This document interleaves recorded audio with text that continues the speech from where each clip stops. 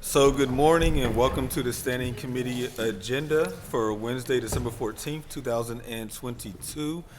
First, we need a motion to waive the rules of council. So moved. Second. All those in favor say aye. Aye. Thank you. Next, we'll go to roll call. Will the clerk please take the roll? Reverend Burgess.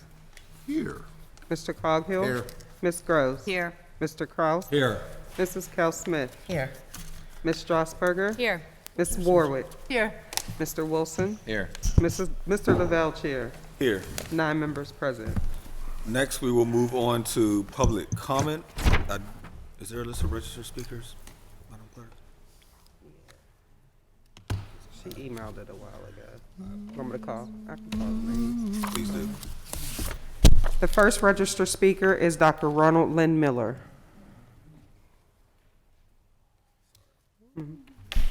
Dr. Ronald and Miller, Belsuver and Ulm, Germany. I'm sure that all of you know what the reference is there.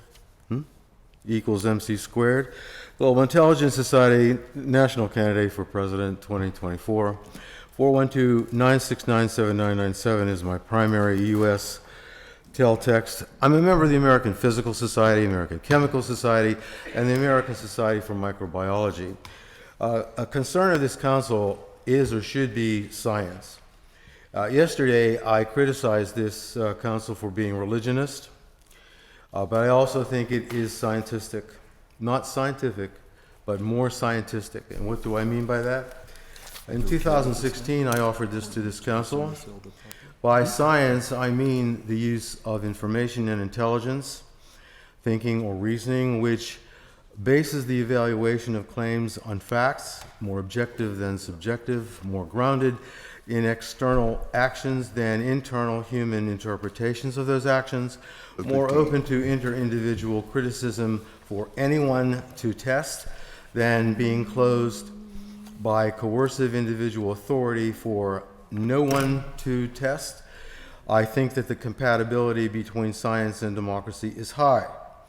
By scientism, I mean the abuse of information in disinformation, intentional changes in the information, and intelligence subverted via evaluation of claims by appeal to fabrications, more subjective than objective, more grounded in internal emotions and prejudices than external actions of living and non-living things, more closed due to appeal to authorities than open to communal challenge. I think that the compatibility between scientism and autocracy is high. I think that critical race theory is more scientific than scientific. That intersectionalist theory used by this council and by this Mr. Gainey is also scientific, less scientific in its foundation. I think that we are sending a message to the children who were here yesterday. Really wonderful that they are here. They are the center of what I do. I think they're the most important people in the world. But where were the African American kids? Where were the Latin American kids? The Asian American kids? Next time, let's just fill this room all over the place with children who represent diversity. You're really focused on being diverse. You say that over and over and over again. But where were they? All right. Eunice Newton Foote, 1856, published a paper, CO2 and H2O, she said, is the reason for what we now call the greenhouse effect. Now, why don't you women who are on this council pay more attention to scientists who are women who do this stuff? Thank you very much. Our next registered speaker is Naomi Mullen.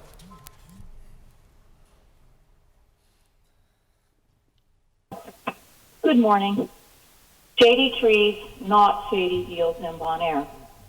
First, do no harm is not just a rule of medicine. Government shall not harm the people or can be held accountable.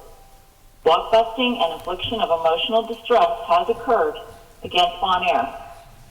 Those who oppose the property owners of Bon Air do so at their own peril.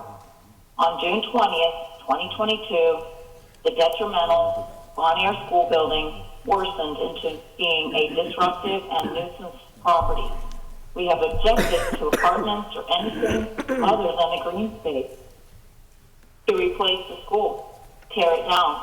The building is a magnet to youth who broke in. In addition to trespassing, 3 of the 7 had to be escorted out of the building. Tear it down. Other neighborhoods have been blighted with worse. Do not allow it to happen to Bon Air. The outcry to the school board has proven futile. Put pressure on them to sell it to the school, to the city for $1. Tear it down. Now that McKinley Park is no longer in Bon Air, we want the school to become a green space as a replacement. Open deals, not shady deals in Bon Air. The Pennsylvania State Constitution says that government was created for the peace, safety, and happiness of we, the people. Decisions and actions that harm the people are not acceptable. There are elected and appointed officials that have proven themselves to be enemies of Bon Air. That is not advisable. Mayor Gainey, Councilman Coghill, and State Representative Benham have all pledged to help Bon Air get rid of our detrimental school property and replace it with a green space. The memorial green space will be beneficial to all ages and stages of people. A beautiful, calming place to enjoy fruit trees, flowers, and birds. Will the rest of City Council promote the peace, safety, and happiness of the Bon Air neighborhood? The school board has proven itself as detrimental. Will you be part of the solution? Are there people deliberately discouraging and thwarting public commenters? Waiting till the last hour to send Zoom login information seems to suggest that. I've registered the week before and do not get login data or confirmation till minutes ahead. Why? When did this policy take effect? Who authorized the last minute notification? Shady trees, not shady deals in Bon Air. Thank you.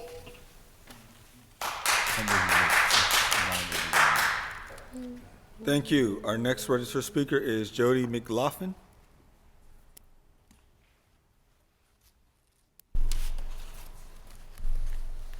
Good morning. Thank you for the opportunity to speak. My name is Jody McLaughlin, and I'm a former resident of Pittsburgh's North Side.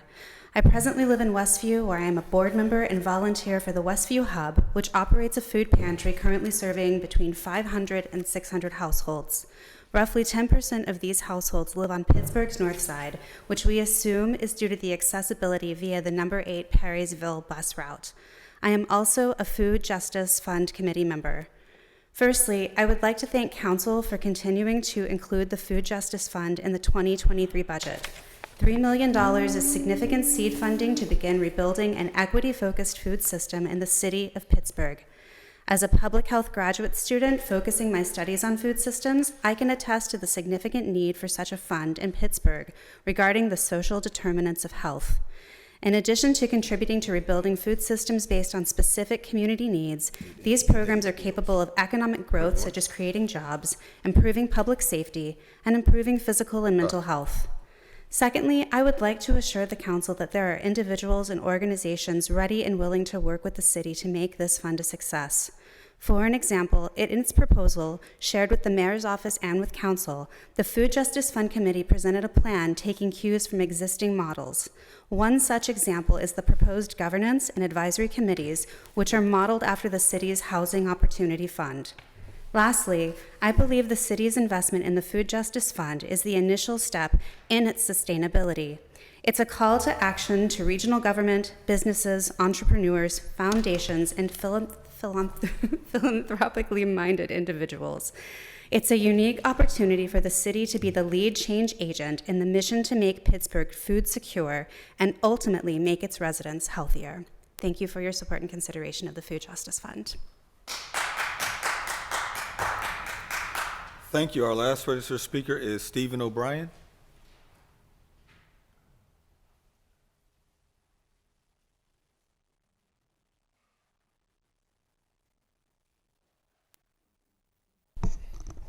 Good morning. Thank you, Council, for this opportunity to speak with you today. My name is Stephen O'Brien. I'm a resident of Pittsburgh and an anti-hunger and nutrition advocate. I come before you this morning in support of the Food Justice Fund and want to thank Council for its support of it yesterday.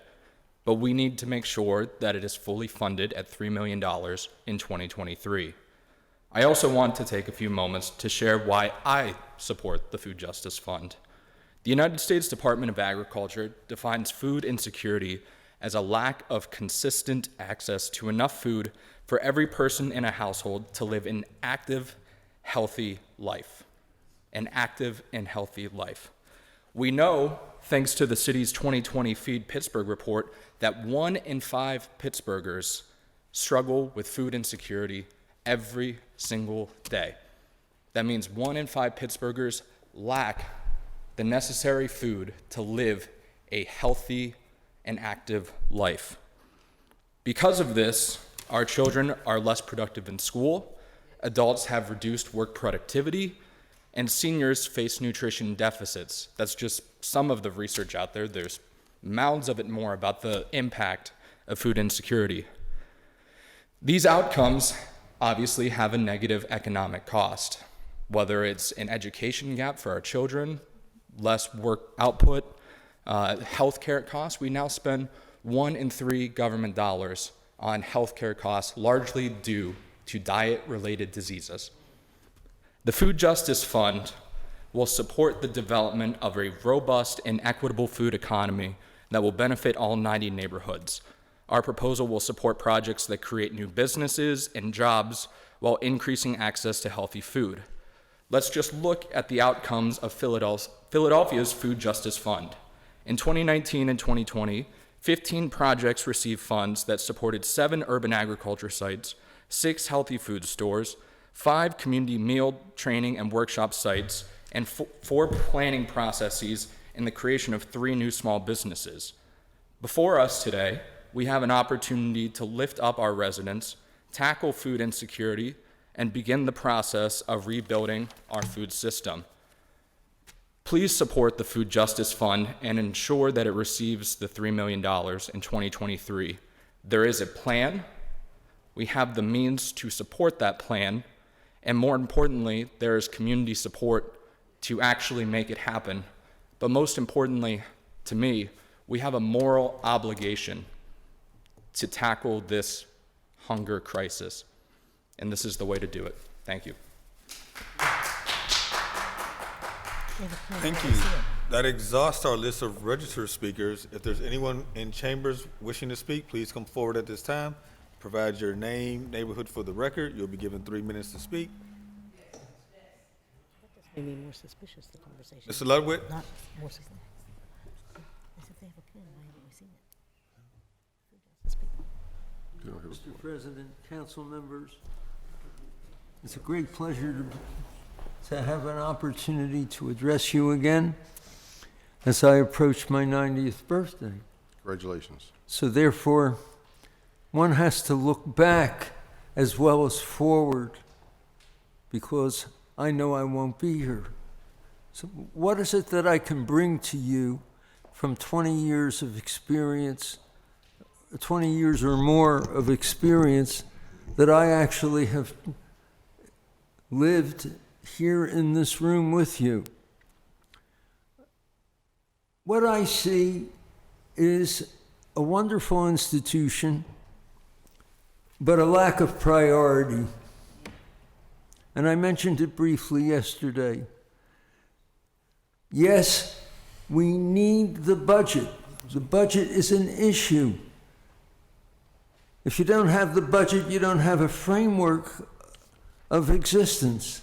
But at the same time, that's not the answer. Why?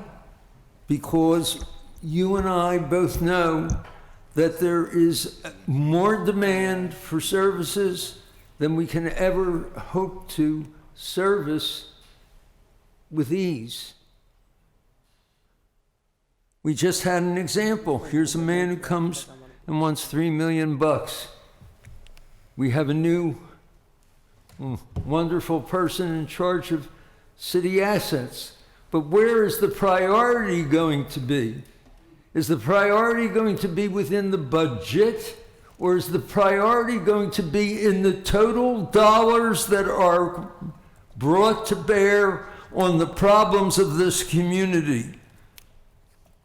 I, for one, participated in over $1 million of non-tax revenue. wow, wait a minute. Non-tax revenue? That goes back to 2003. How much was done after Bill Peduto sold it to 12 cities? It didn't grow. It didn't turn into $100 million or more. But the opportunity is still there. So I bring the issue to you, and I left you the papers, the individual minutes of the meetings that led to Management Budget Revenue Opportunities Act of 2003. So I turn, as I think in terms of, should I really retire? No. You'll keep hearing from me because I basically believe that I'm bringing and can help you Thank you. with this task. Thank you. Thank you very much. Anyone else wishing to speak, please come forward.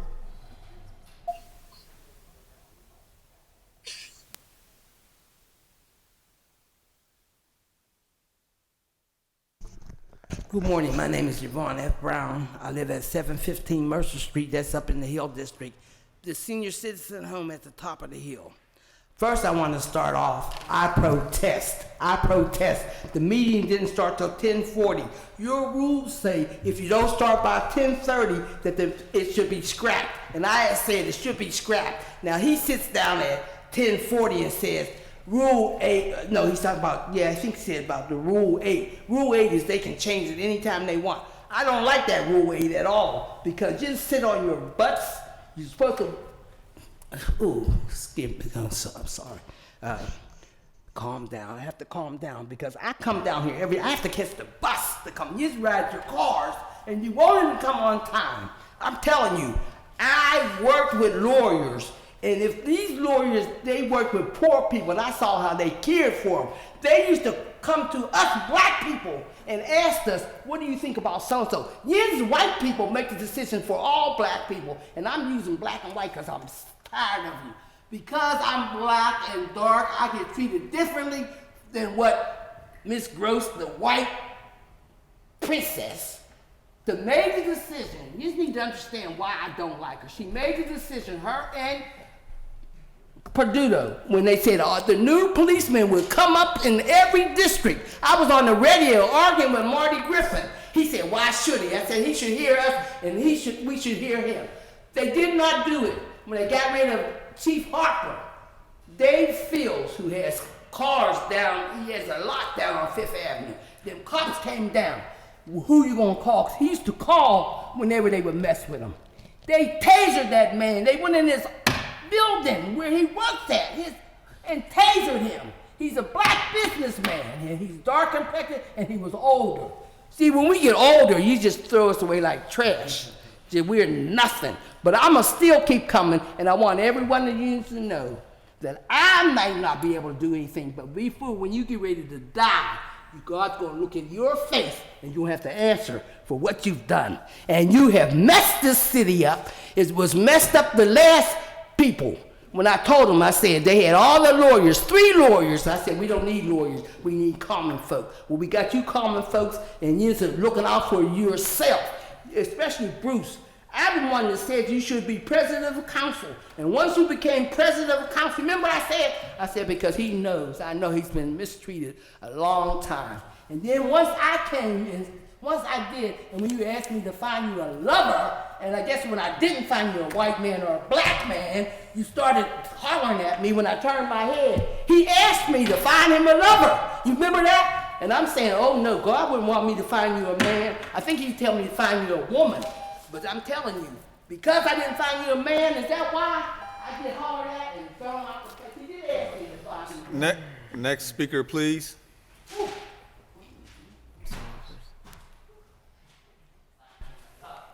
Hello, everyone. How are you? My name is Flora L. Shapiro Williams, and I live at 715 Mercer up in the Hill District. I am carrying a burden for the seniors everywhere. A lot of them don't have anyone. I have a large family. And I do believe that's why no one bothers me, because I have a lot of backup. But there's people there that don't have anyone, and they're living in fear. I am having trouble believing that there is no one willing to help these seniors. I don't have to worry, but the remaining of to live the rest of their life in peace without having to worry about getting robbed, beaten, and living in fear. It is not fair. All I need is someone, a pro bono, an attorney. I've already done all the work. I went to the law library. I just need someone to walk with me. And so I can present what I have already found, that they are operating against the law by not having security in the building. Anyone can come in, people sleeping downstairs that don't pay rent. And all I need someone to do is come and stand with me. I have already presented the law that they cannot go against. When I moved in there, they had security. They cannot just take it away from seniors like that. That is against the law. I just need someone to stand with me and present this so we can get security in the senior buildings. There's a building on Center Avenue, the Legacy. They have security. You cannot go in that building without identification, and you leave your ID there until you leave. Now, what's wrong with the picture that we can't get the same thing? Each senior should be treated the same way. No one should be held, someone has to be held accountable for that 83-year-old woman that got robbed, beaten, in a hospital intensive care for 3 weeks. No one's being held accountable for someone mistreating the seniors. And I am very upset about that. That burden is heavy I'm carrying for the seniors. We have to have some security there. They cannot just take security away from people. And once they have it in that building, they're supposed to remain there, supposed to stay in the building. I thank you very much for listening to me. And I need a pro bono. Someone send me an attorney just to walk with me, to be beside me. My phone number is area code 412-692-0243.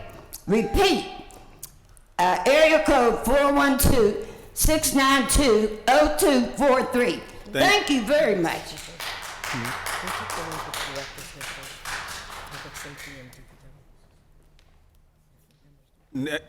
Next speaker, please. Sorry. Any further speakers? If not, I want to apologize because I did miss one registered speaker who I will go to now. Mr. Bill Schlachter. Hi, good morning. My name is Bill Schlachter. I'm zooming in here from Mount Washington, and I just wanted to touch base on two quick topics for today, which is one is the bill regarding short-term rental, and the other one is regarding the capital budget, specifically around lighting. The first one on the short-term rental, I've spoken numerous times on this issue, and this came up because of a public safety issue and just general concern in the community around Airbnbs taking over the neighborhood. And I would encourage council to look at primary residence as specific language in the bill, as that is really important that we keep Airbnbs residents and not turn it over to corporations as they are buying up our neighborhoods, specifically on Mount Washington. And Councilwoman Teresa Cal Smith also had mentioned the need for primary residence. And additionally, in that bill, I would urge that we look at multi-units that are, say, 5 units or more. When you have Airbnbs in all of these places, that's really a hotel. And you need to really distinguish between that and an Airbnb place, because it's not fair to the community when a place is zoned for residency, not for hotels, and you have an Airbnb scheming basically as a hotel. That really needs to be looked at.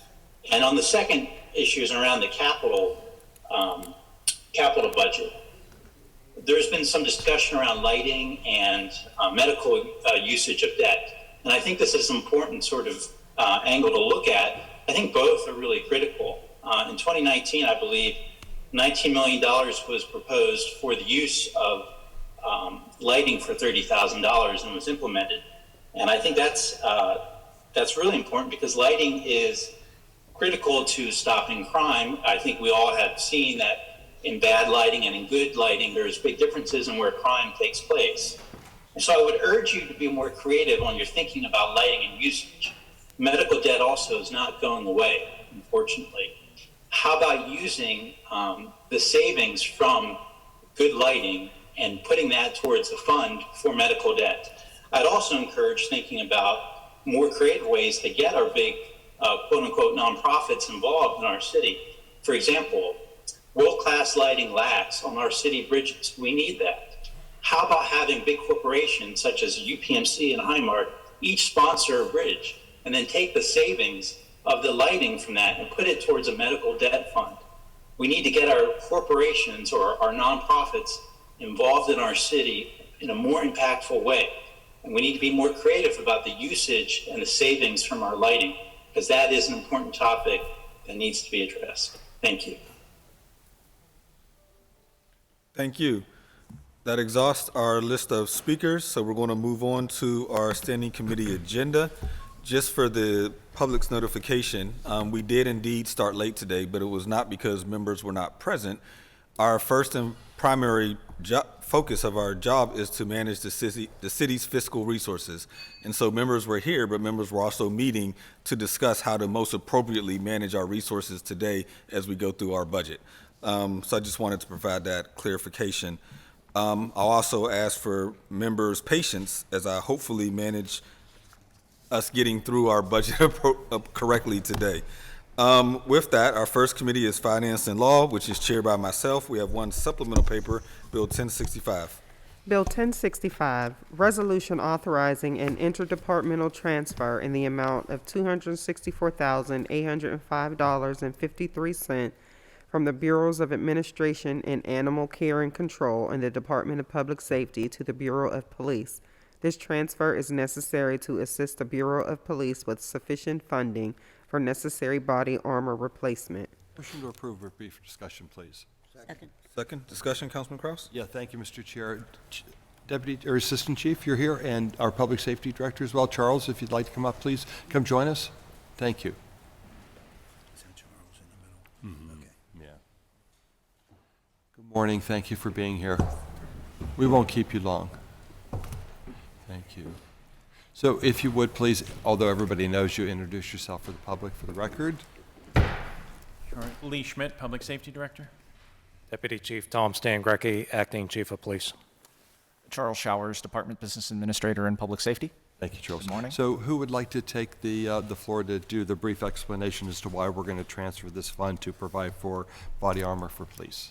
Yeah, so I can take that. Basically, it's just a fund transfer of balances that are left from the 2022 budget, so some unexpended budgeted monies to pay for and put towards the prioritized project of new body armor. So this is actually body armor for our special units. It's a little more significant than the standard body armor the officers wear every day. That body armor has a shelf life of about 5 years. After that it expires, we have to replace it. So about 5 years ago, we received some grant monies and some monies for that body armor. We are now in the replacement cycle, so we're looking to do that using this money rather than waiting. We're still going to order next year, but we're going to cut the PO earlier. Great. So anyone who might have concern that we're not adequately funding animal care and control, what I hear you saying is that what is necessary to appropriately fund animal care and control has indeed been issued. These are additional funds that can be reallocated, and you're reallocating them to buy the body armor for police officers. Correct. Can you tell me about how many units we might be getting for that kind of money? If you can't, you can. I'm just curious. The specialty units, there's 6 full-time SWAT members and probably a total of we'll say 40 to 50 part-time members. So each member of the union has to be outfitted. That was going to be my next question, if it was for like SWAT and things like that. So we're talking about maybe 55 units for the cost of about $264, with a shelf life of about 5 years and a responsibility to make sure we cycle in to replace those as necessary. Yes. So, good. That's good to know. That helps us to understand how to budget for those things appropriately. I'm happy to support. I'm glad you're here, and I'll relinquish the floor. Thank you. Thank you. Councilwoman Warwick? Yeah, thank you. Thanks for coming. So I just want to, of course, this body armor is critical, and we need to use the money, right? We don't leave money on the table. That's important. And I also understand that at the end of the year, in the public sector and the private sector, we're all sort of scrambling to spend our budget, right, before the year runs out. But I do want to say that for animal control, certainly just a few weeks ago, we had David Madden here talking extensively about how little funding he has in animal control. And I can say certainly for my constituents, I mean, in Hazelwood and the 31st, and really in every neighborhood, well, Greenfield as well, animal control is an issue, right? We just got an email from a woman who there's an abandoned building next to her full of raccoons, and she has a raccoon in her crawl space in her house. She needs traps. I mean, and as always, right, with so many things, it's shortfalls in other areas that, of course, fall on public safety's shoulders, right, to deal with. We have the deer problem in the parks in Squirrel Hill. So animal control is top of mind right now. So what I'd like to ask is, for the coming year, I understand we don't want to leave money on the table, right? So we're going to use this money, we're going to buy this body armor because we need it.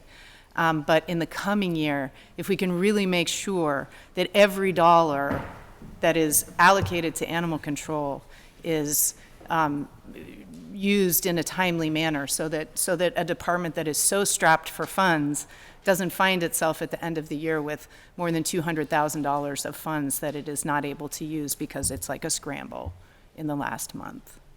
Yeah, absolutely. I'll also note that we're actually taking 149 from animal care and control. The 115,000 is from public administration's budget directly. But as we go through the budget year and through the cycle, we work with OMB. As we get towards the end of the year, we all, as you said, we don't want to leave money on the table, but we do look at anything that needs to be adjusted for future.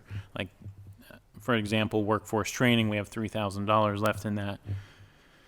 We then go back to Dave and say, what are the chances of you using that $3,000 next? Like, you had $3,000 extra that wasn't used. Why was that? Why did that happen? That sort of thing, and readjust where those monies go and potentially do transfers sooner or even in advance of the budget, so we don't have overages unnecessarily. I understand, but even if it's like buying 400 more raccoon traps, I know, so that folks can get those when they need them. Just right. Yeah. Thank you. I appreciate it. Thank you. Any further discussion? Seeing none. Second round, Councilman Kraus? Only to offer up, Councilwoman, I'll be happy to work with you on that to make certain that those necessary supplies. I apologize. I get a lot to hilltop neighborhoods, raccoons, traps, lack of our ability to supply them. I'm happy to work with you in the new year to make certain that those things indeed come to fruition. Thank you. I'm good, thanks. Thank you. Any further discussion? Seeing none, all those in favor say aye. Aye. Aye. Any opposed? Affirmative recommendation. Thank you, Director, Thanks. for being here with Be us. safe out there. Thank you very much. That moves us on to our deferred papers. And Madam Clerk, if you'd be willing to read Bill 939, 940, 941, and 942 together. These regard all our tax ordinances, our yearly tax bills. Bill 939, ordinance amending the Pittsburgh Code at Title II Fiscal, Article 7, Business-Related Taxes, Chapter 245, Earned Income Tax, Section 245.03, Declaration and Payment of Tax at subsection D, so as to fix the rate of interest on delinquent earned income tax for the year 2023. Bill 940, ordinance amending the Pittsburgh Code at Title II Fiscal, Article 7, Business-related taxes, Chapter 246, Home Rule Tax, Section 246.03, Declaration and Payment of Tax at subsection D so as to fix the rate of interest on delinquent home rule tax for the year 2023. Bill 941, Ordinance amending the Pittsburgh Code at Title II, Fiscal Article 9, Property Taxes, Chapter 263, Real Property Tax and Exemptions, Section 263.02, Payment Options, Discount and Delinquency Penalty, so as to set the payment, discount, and delinquent dates for the 2023 fiscal year. And 942, Ordinance amending the Pittsburgh Code at Title II, Fiscal Article 9, Property Taxes, Chapter 263, Real Property Tax and Exemption by fixing the rate of real estate taxation for 2023. Motion to approve. Am I too soon? I'm sorry. No, I'm done. Oh, no, motion to approve. Second. Any discussion? Seeing none, all those in favor say aye. Aye. Aye. Any opposed? Affirmative recommendation. Now for Bill 943. This is our facility rental bill.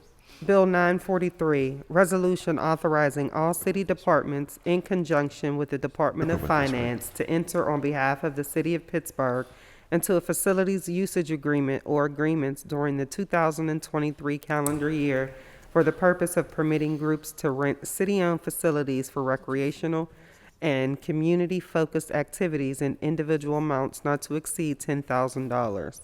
Motion to approve. Second. Any discussion? Just briefly, Madam is President? this isn't the facilities fees, this isn't the fee schedule? The fee Okay. schedule is next. Fee schedule's next, okay, I want to hold that, okay, thank you. Okay. Any further discussion? Seeing none, all those in favor say aye. Aye. Aye. Any opposed? Affirmative recommendation. Next, we have Bill 944, which is our fee schedule. Okay, I see. Bill 944, Resolution authorizing the fee schedule for 2023 pursuant to Chapter 170 of the City Code. Motion to approve with discussion. Second with discussion. I'll defer to Council President Kell Smith if you had time. Otherwise, I'll defer to Councilwoman Strasburger. Thank you. Could we have someone come to the table?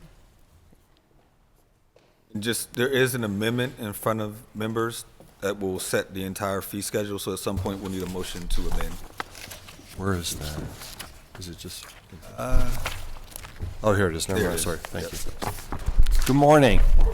Welcome back. I'll just be real brief. Could you introduce yourself for the public? I'm Jennifer Gula. I'm the Director of Finance and the City Treasurer. Patrick Cornell, Deputy Director, Office of Management and Budget. Thank you both. I'm curious, have any of the fees gone up? Yes. Which, Mostly related to PLI fees and city planning. so could you tell me a little bit about this? Because I'm going to be honest, I think right now, PL&I, every time somebody comes to us with a complaint, it's because they're getting hit with more and more fines, more and more fees, and that it is causing their project that was, something minor to be something major. And so I'm concerned about what we're doing to the public when we're doing some of this stuff. Sure. And if I may, if Director Kincher is here as well. Thanks. I didn't need her to come to the table, but that. No, I think it would help if she's able to I explain want you it. to answer Yeah, the sure. question. A lot I'll of call it people to is the table. Thank you. restructuring of how these fees will be collected. A lot of that is moving through with our proposed budget changes to expedite and simplify the way that residential and commercial permits are issued. And with planning, that carries into the zoning fees. Okay, so I have some concerns about the increases. And I actually have some concerns about the ones that aren't even increased because some of them are still high. And, the fact that residents are calling and saying that they're coming back, I know for some projects, they've come back so many times, it's taken years before they got their permits. Honestly, if it weren't for, Mayor Gainey and Jake Wheatley meeting with the Jasmine Irie campus in Sheridan, they would still be waiting for permits. They waited 2 years for permits. And, we can come up with all the reasons, why they had to wait, but it's a ridiculously long and expensive process for the public. So I would like to just hold this till I think we should have some conversations, council members, ourselves, about what these fees are and what's happening with our residents when they get hit with some of these. And, they'll come back and they have to do another plan, an architectural rendering. I mean, sometimes it's for minor things. So I just think we really need to have a real conversation. And then just even the rental for some of the facilities. I mean, it's a lot. I mean, Shenley Park, the Vietnam shelter, $373. That's a lot of money for a resident for property they're paying taxes on. So, they're paying for. And I asked before if we could give a discount to residents of the city of Pittsburgh, because I boarded the most boroughs, and in Green Tree, they have a sign on one of the parks that said no Pittsburgh city residents allowed.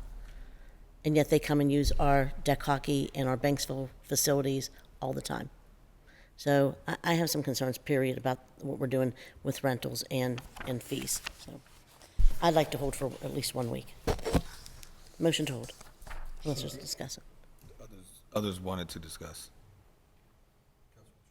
Okay. Councilwoman Strasburger? Thank you, Mr. Chair. Thank you, Madam President. I had questions about the page that begins with city-owned building structure facility usage fee per day, which looks like it's all brand new fees. Is that correct? Am I reading it correctly? So, city, county building filming, public park, regional per day. It looks like there's nothing in the first column, and there are fees in the second. I'd like to just learn a little bit more about that. Sure. So these fee proposals are related to the Public Safety Administration, the kind of shifting of special events into film and permit coordination, and then special events. This is what the film industry has been obviously doing a lot of work in the city of Pittsburgh, and when they use our public facilities and spaces, it requires a lot of accommodations. And so these fees are really meant to recoup the cost of what it takes for city staff to manage these filming days. Okay, so I see that there is a whole section on the page before special events and film fees, and these are just additional under that category. Yes. Correct. Okay. I was going to make a point about right-of-way closure. This is specific to filming, I get it, but broadly, I would love to see in the future higher fees for right-of-way closure, even just for a lane, almost like a per-day fee for closures of lanes when we have one construction project, and this is Domi. I know we have Director Lucas sitting back there, but in the future, I'd like to discuss what we can do to increase the fees for lane closures when you have, within the same neighborhood, several different. I'm thinking about Oakland, several different developments happening all at once. You have multiple lanes closed down. It really does hamper the ability to travel safely, and so I would like to discuss that. Possibility within, if there is time to do it within the span of time when we have, time for adjustments for this year, great. If it's for next year, that's fine too. All right, if I may add, Councilperson, working in the Department of Finance every August, late July, early August is when the Director of Finance sends out the fee schedule to all departments, and from there we really work through to make sure that fees are appropriate, like I said, that they're recouping necessary city costs. That being said, because this is its own separate resolution, it can be amended at the will of council. Great, thank you. So we'll work collaboratively on that. I'm peering behind you at the Domain Director. Okay, great, thank you. I appreciate that clarification. We can amend it throughout the year. They told us, the law department said we Thank can't. you. Councilman Coghill.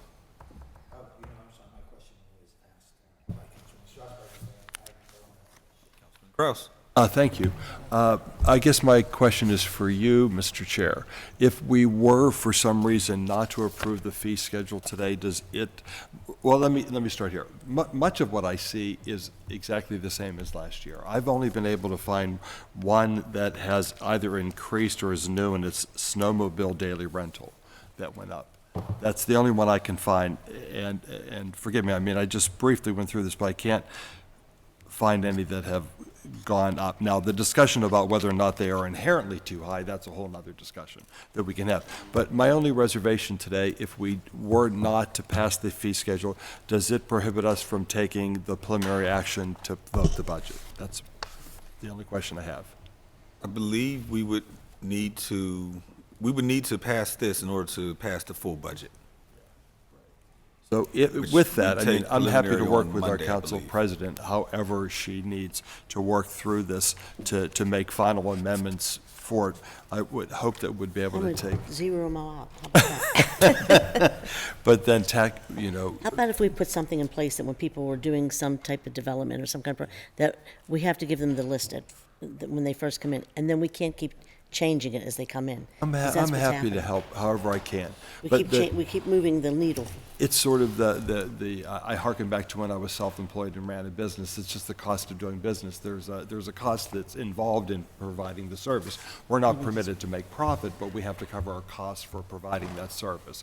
And so the determination is what's a reasonable cost we need to recoup for providing that service. That's all that is.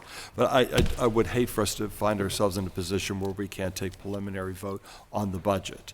But again, I offer my services to the council president to help any way I can if we do end up passing this today. Okay, thank you. Thank you. Any further discussion first round? Councilwoman? Just one quick, and it's not entirely related to the fee schedule, but just regarding fees, because it's something that I've noticed. When we get a permit for a park space, for a shelter, right? I've done this, for example, for a birthday party, right? When you go on the website, for example, I rented the Forbes and Braddock for my kid's birthday party, and I really only needed it for 2 hours, right?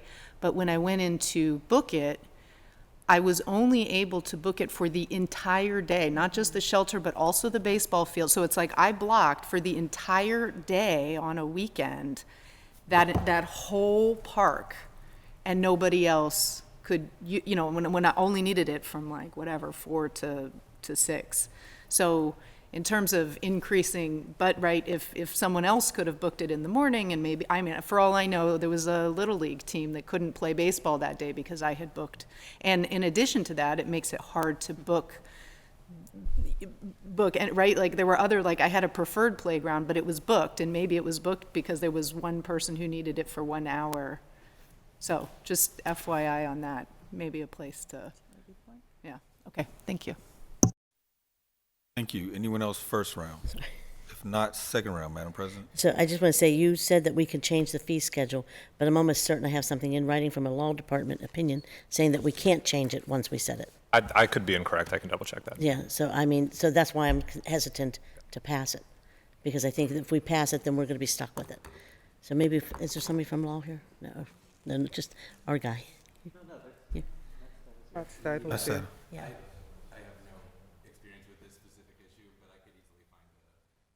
Okay, but that would require us to hold it, so, okay. Or pass it preliminary, and then, we could pass preliminary and then do so. But I really do want to make some amendments to it, because I think this is, we are nickel and diming people to death, and honestly, I mean, every one of us get phone calls about the complaint. And I don't know, I'm curious as to how, since we raised some of the fees for rentals, how many for parks, how many of the people renting the facilities are City of Pittsburgh residents? And how many are people outside the city? Because I'm thinking that this is probably more beneficial to people in the suburbs to have access to our parks more than our own people do.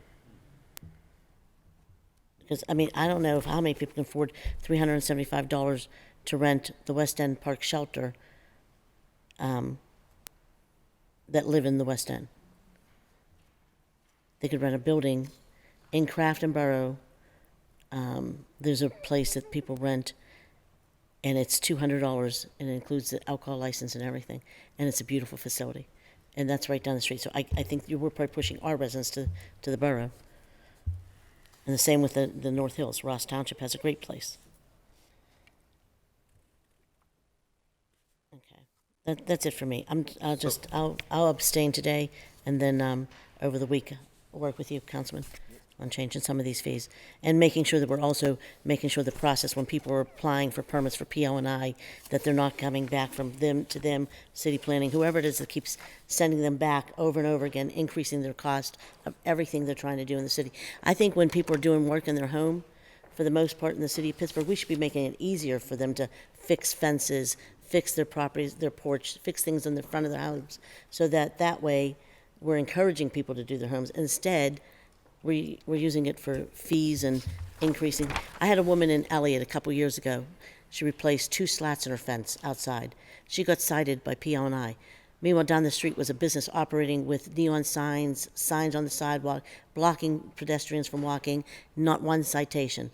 But the resident who had the fence got a citation, and then when she fought it, they went after her for her occupancy permit and said she didn't have an OC permit. Fixing her fence cost her a ton of money just because she was trying to do the right thing. So I think we have something really backwards here, and I think really, I mean, it's my understanding we don't have to use the current codes that we're using for PO&I, and so I wonder if we can change some of those things. I'm happy to work with you, Okay. Council President. Thank you. Councilman Coghill?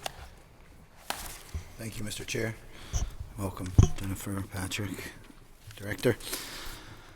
I agree with you 100%. You know, when it comes to little odd jobs around the house, I also have a neighbor that's trying to build a fence. And, you know, it just seems like the cycle that it has to go through PLI. And I understand that you're not personally responsible for implementing the stages that people have to go through, but people are so frustrated with, you know, not being able to get a permit to build a deck or not to put a fence up. You know, I had a recent customer, they're just like at their wits' end. They just can't believe it. They have to go to court, but everything's settled, but they still have to go to court because I guess the inspector was obliged to submit the fine, but they took care of the 2 things. I'll give you the I'll give you the thing afterwards, but and then like Chong's, Director, you know, Chong's Brookline Boulevard. They still are having problems with this occupancy permit. I don't know if it's them. I don't know if it's us. All I know is this has been going on for like 2 years.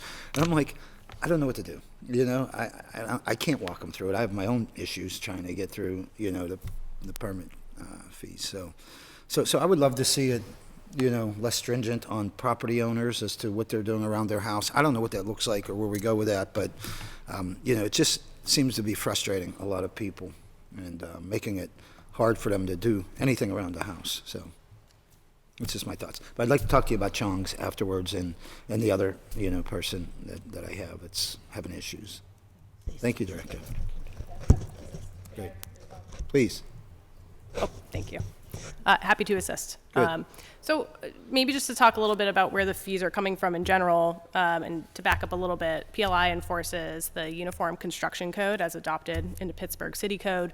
Pennsylvania sets the Uniform Construction Code, so they adopt the model codes created by the International Code Council. Right now we are enforcing the 2018 versions of you know, mechanical, building, residential, etc.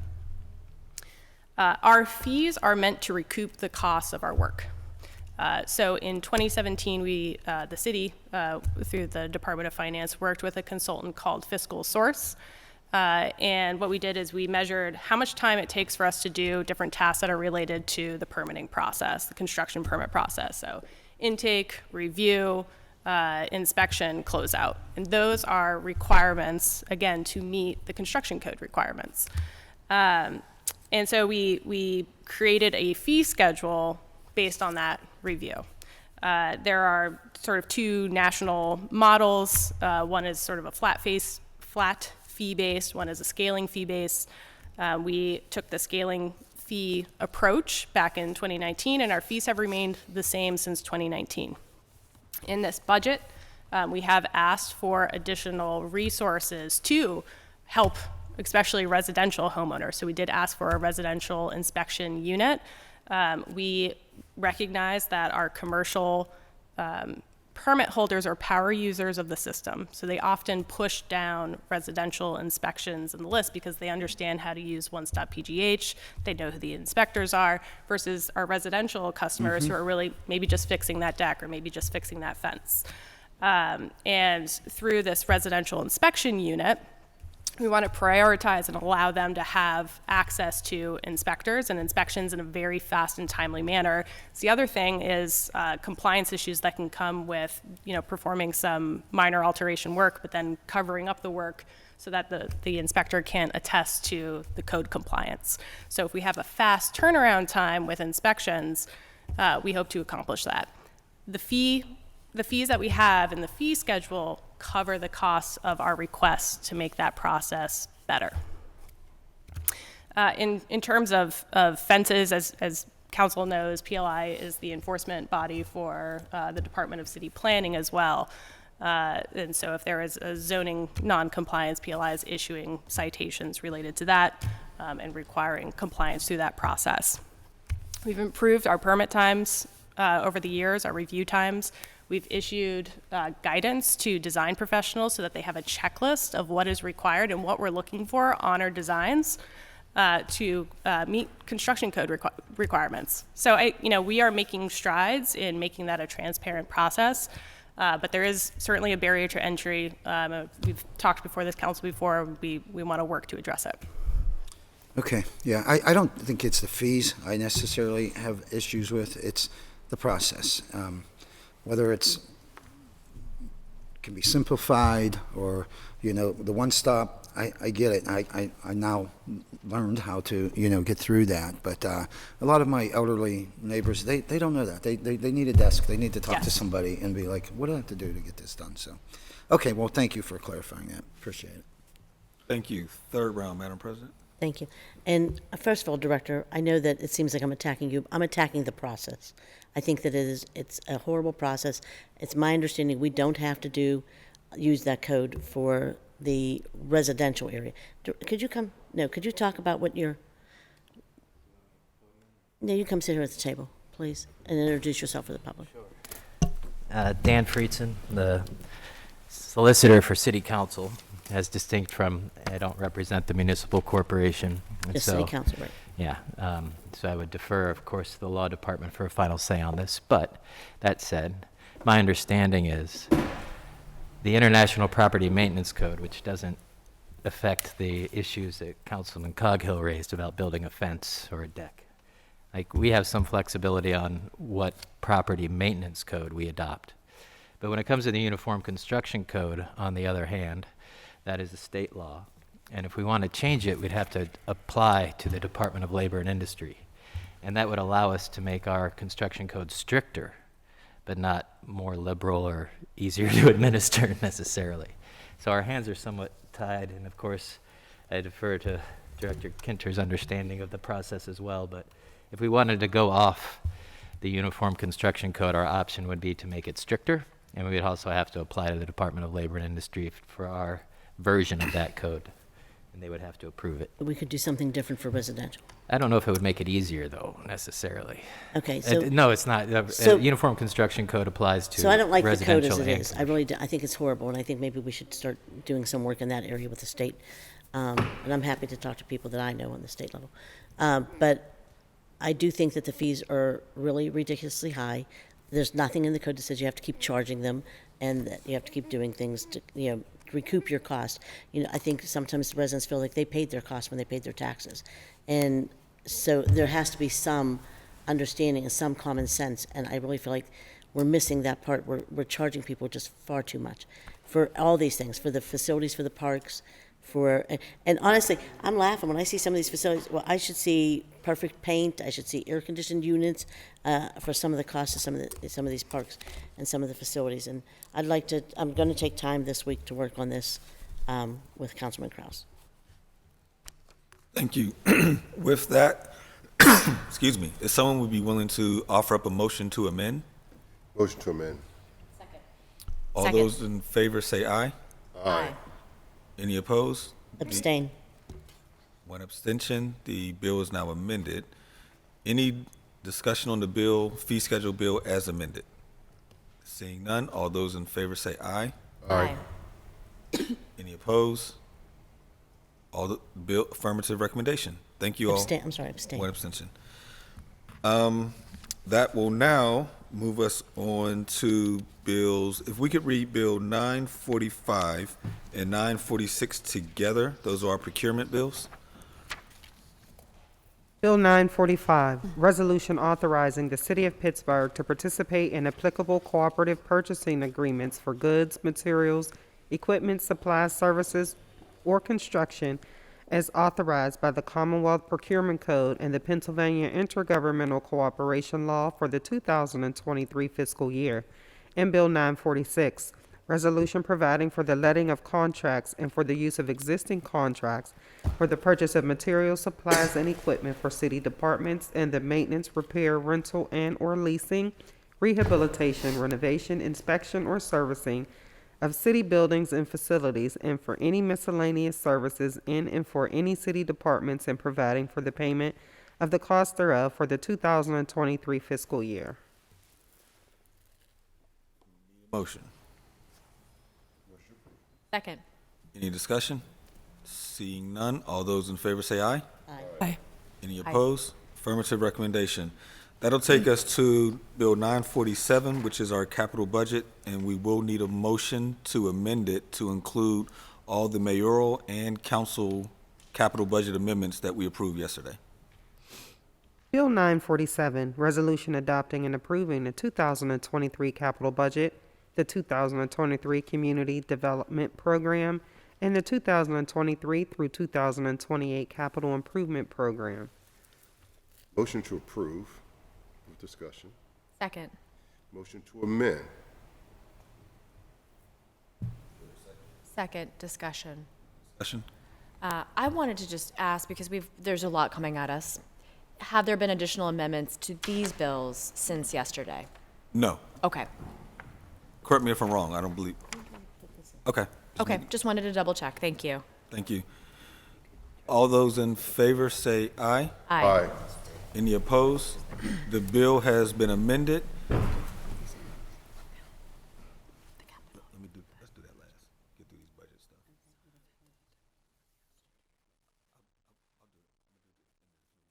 Okay. So all those in favor of the bill, on the bill as amended, say aye. Aye. Aye. Any opposed? Affirmative recommendation. Thank you. So now that'll take us to Bill 948. And again, we will need to amend this bill to include council's operating amendments from yesterday, operating amendments 1 through 10, the mayor's personnel amendments, amendments 1 through 14, and the mayor's non-personnel amendments, amendments 1 through 7, will be amended into Bill 948. Motion to approve. Sorry. I didn't read it. Bill 948, resolution making appropriations to pay the expenses of conducting the public business of the city of Pittsburgh and for meeting the debt charges thereof for the fiscal year beginning January 1, 2023. Forgive me, where are we? We're on the operating bills. I'm sorry, but Mr. Chair. forgive me. We're on Bill 948. Thank you very much. Do we have a motion to approve? Do we? No. Motion to approve. Second.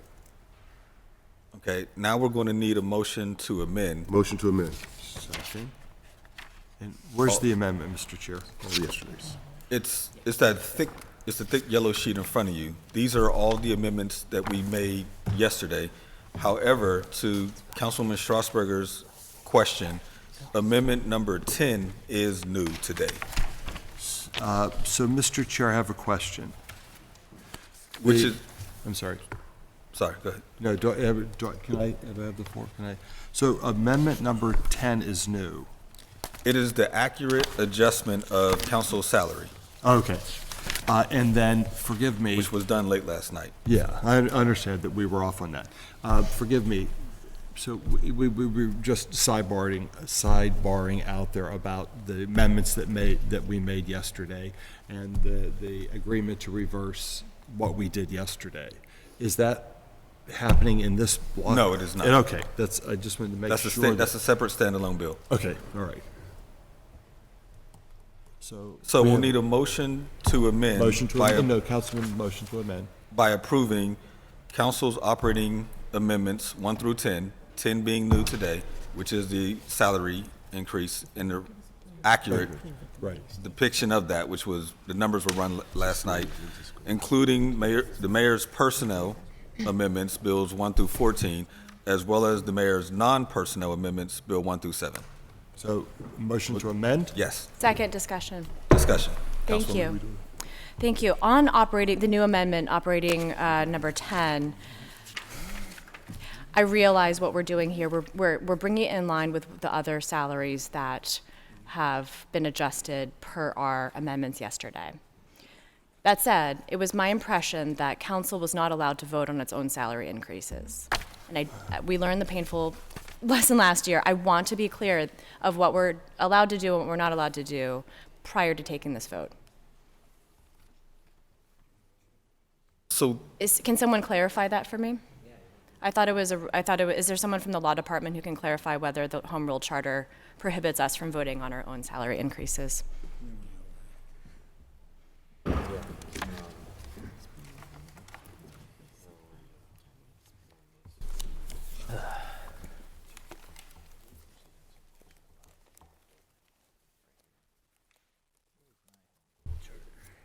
So just while our council solicitor gets himself together, and I'll ask him to obviously introduce himself and answer Councilwoman Strasburg's question. This is the 3% adjustment, and this accurately reflects the numbers.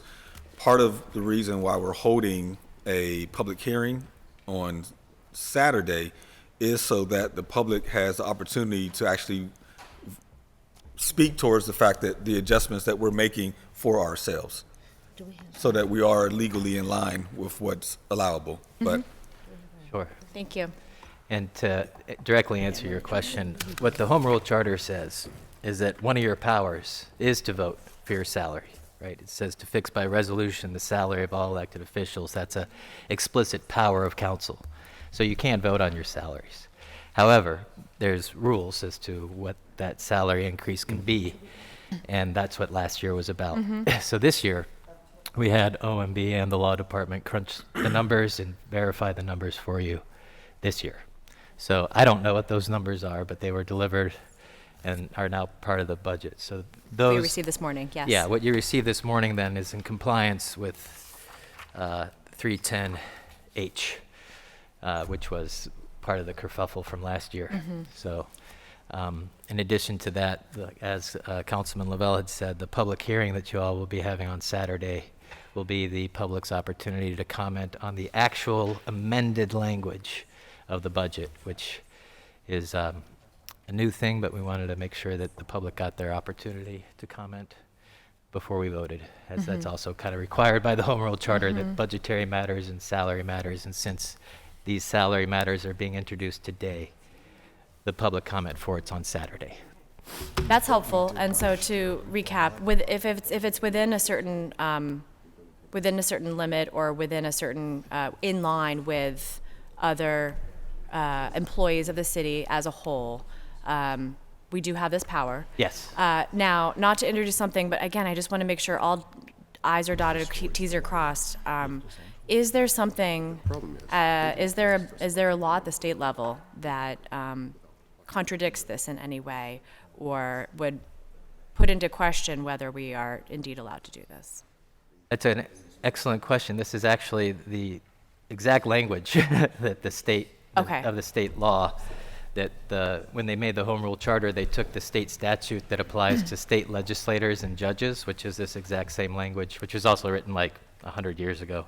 So it's not exactly plain language, but nonetheless, it is the same laws that governs the state legislature. Thank you, thank you. I was trying to reach back into my memory from 9 months ago, 10 months ago, and as we were thinking about cost of living increases and how to fairly, adequately and that's account for that. Something that's interesting, just to make note for the record and for the public also to understand, that this language also applies to judges. And in that context, as it applies to judges, Cost of living adjustments are a different animal altogether than salary increases, and judges have a special statute on state level about cost of living adjustments, but legislators and lawmakers don't have that on the state level just yet. But there's an argument to be made that you can use that statutory language in context to understand what this diminishment language means, and that is one of the historic injustices I would like to see corrected, which is, frankly, there's years that you didn't take salary increases or cost of living adjustments, and I feel like it's put council at a disadvantage. We need to pay you what you're worth, and you're worth more than you're getting paid right now. So, you know, working with the law department, we're trying to find a clear and legal path to right that historic economic injustice. Thank you. And I'll note that this increase only results in a $30,000 increase for 2023, and over the next 5 years, $126,000. So for everybody, not significant. Yeah. For all 9. Yeah, total. So it's not as significant as one might imagine. Okay. Thank you. Thank you. I just wanted to make sure we were all good there. Understood. Councilwoman, I also just want to point out to your question of their new amendments, 1B, which affects 948 and 949, is also a new amendment, but it merely reflects the accurate adjustment of the 3% cost of living adjustment for all non-union salaries, which is, to your point, 64,000 adjustment. So I just wanted to point that out since you had asked the question. Thank you. Appreciate it. President Smith. So I just want to make sure that everyone understands. I have it in writing from the law department what we're supposed to do this year. And we also, Councilman Lavelle and I, and our budget office requested the numbers from OMB on what our pay should be. And last year, if you remember, they told us that if we didn't take the 6%, we'd be Diminishing. Yeah, diminish our salary, which is also against the law. So I said, we want to make sure that we're following the law to a T, so they sent what they think it should be, and it was 6.37%. That's exactly what I mean by the prior economic injustice, for those that are confused. 'Cause Yeah. it's also against the law to diminish your salaries, and I feel that, again, I don't have a lot of legal precedence on this because it hasn't been sued a lot in the state courts, but I think there's a fair reading of it to say that failure to take a cost of living adjustment or failure to take a salary is a diminishment of the position's salary. And the idea there, as with judges and other state legislatures, is we want you to be financially secure and independent and above, you know, the sway of the vulnerability that comes with basically being poor. So we need to make sure that your salaries match the integrity that we ask of you. So we're following the advice of the law department. Thank you. Thank you. Councilman Kraus? Thank you. Turn your mic on. Turn your mic Take on. your mic on. Apologies. If I were to speak, I'd only repeat what's already been said. So I just want to confer with everything that has been said, that the public is properly informed, and I appreciate you being here, Solicitor, for clarification. But if we did not make this adjustment, we would actually be out of keeping with what was determined last night. That should be our obligation. So with that, I'm happy to vote. Thank you. Thank you. Councilman Wilson? Thank you, Mr. Chair. I just wanted to make sure that, you know, it's clearly on record what is reflected, what's being reflected in this amendment, which I apologize if it's already been stated, but when the budget was sent over, it was sent over with a 2% increase in non-union employees. We made an amendment yesterday. We voted on the line item to increase it to 3% for all non-union. So this is what that is on our side, which is just really just a 1%, because we were getting the 2% as well. So this is bringing it up to 3%. So that reflects the 1% increase. Just want to get that on the record. Thank you. Any further discussion? No, thank you. If none, all those in favor say aye. Aye. Aye. Any opposed? Affirmative recommendation. Thank you.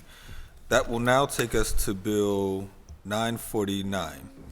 Bill 949, resolution fixing the number of officers and employees of the City of Pittsburgh for the 2023 fiscal year and the rate of compensation thereof, and setting maximum levels for designated positions. Motion to approve.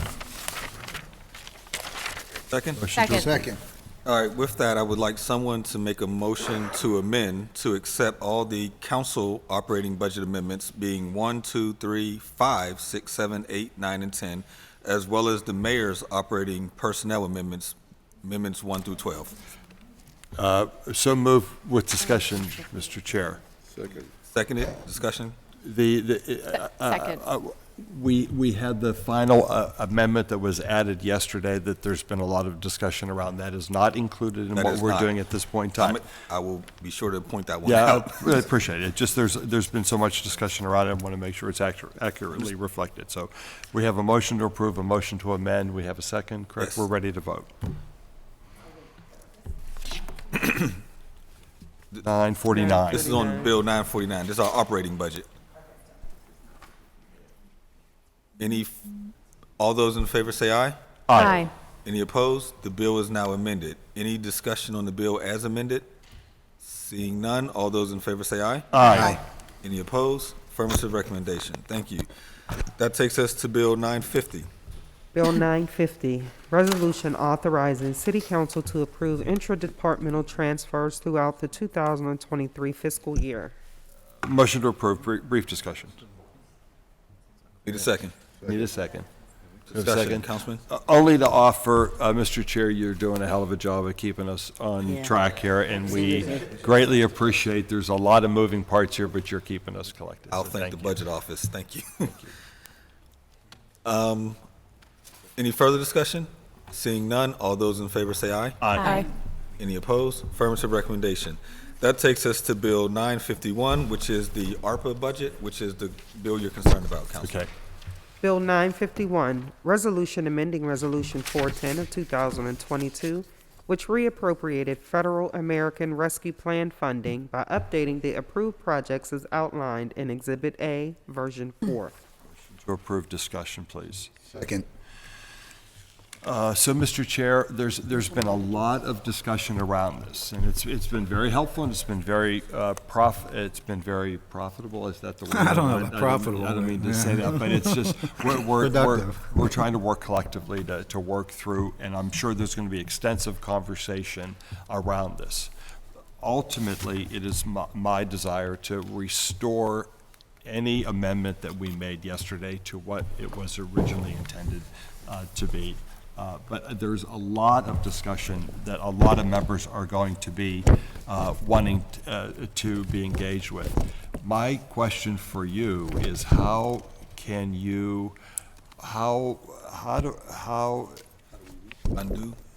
we undo, and then possibly there might be some requests by certain members to redo portions. It could get complicated. So two things. Based on conversation, I'm assuming this will probably get voted down today. If it gets voted down today, we will need to make an motion. We will need to amend actually Bill 947 on Mondays, which is the capital budget. We'll need to amend the capital budget to reflect the vote that takes place now. Is there an opportunity, this is just hypothetical, to vote? Oh, yeah, Peter, do you want the Yes. budget? Yeah, please. Because I don't want to speak out of turn, but Yeah. if we made a vote to amend the ARPA budget, which is reflected in our capital budget, if we take another vote to essentially undo that, we will now need to have an amendment on Monday to reflect that change in our budget. Unless we vote to reverse, and then there may be other amendments offered to this bill. That come forward on Monday. They can't come forward today? They could. We would have to waive the rules of council to allow them to come forward today, because it's not before us currently. So I guess, at least for me, and I. Or you can also make a verbal amendment to the bill in front of us. That's the other option you would have. Right. I'm not looking to speak for members. Everybody here has a thought process by which I think they want to be heard. My hope is that we're actually able to go back to where we were before we made the amendment, and then adjust accordingly as certain members may wish or may not wish to see the adjustment be. So, may I? Yes, please. Unless if I missed it, I don't think anyone has made a motion to amend this bill as it sits. So the changes discussed yesterday have not been introduced today yet. So if you vote it down, If you vote the bill down as it stands, you'll be voting what the mayor proposed for his ARPA plan. Wait, please say that again. The bill as it stands now, unamended at this point, is the mayor's ARPA plan. In order to include the changes discussed yesterday, someone would have to make a motion to amend this bill to include those changes. So if that amendment hasn't been made yet, I don't believe. So what we did yesterday is not, oh, that's no problem, so we'll be done in a second. So the action we took yesterday is not reflected in this. There is, if council agrees collectively, we could pass this, meaning that it was everything that the mayor sent over before we amended yesterday, and then adjustments that members may wish to see could be added on Monday. That's correct.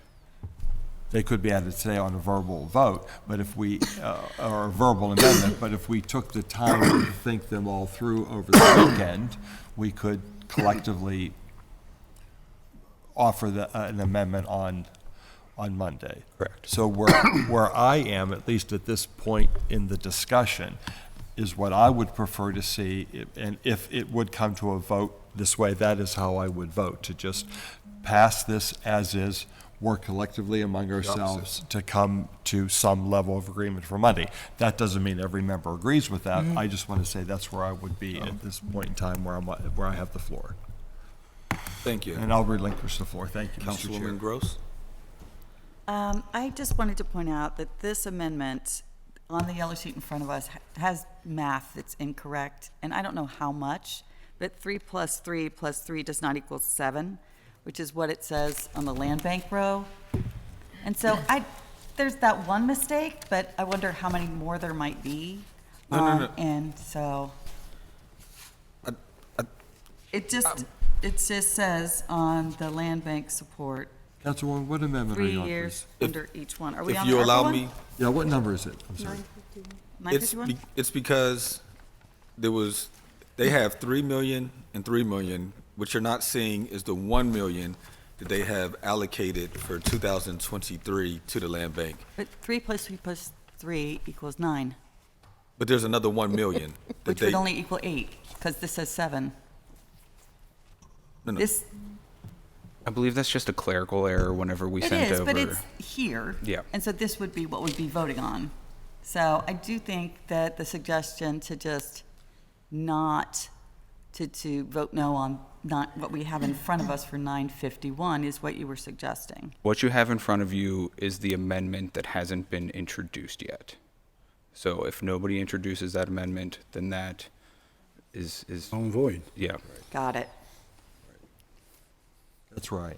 All right, so we motioned, I was trying to follow along there, but I think I understand that more clearly. Okay, so this, this is what I think has inaccuracies, and so we just don't introduce this, and then so everybody's copacetic with that. I got it. So I also have a note from my staff that they are under the impression that yesterday on the streetlight bill, it was a vote to table, and I said, no, it wasn't.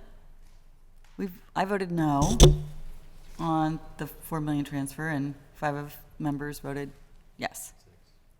6 members voted yes. Oh, I'm sorry, 3 of us There voted were no. 3 no's. Yeah. All right, so they're reviewing the meeting notes, but I don't remember it was a motion to table.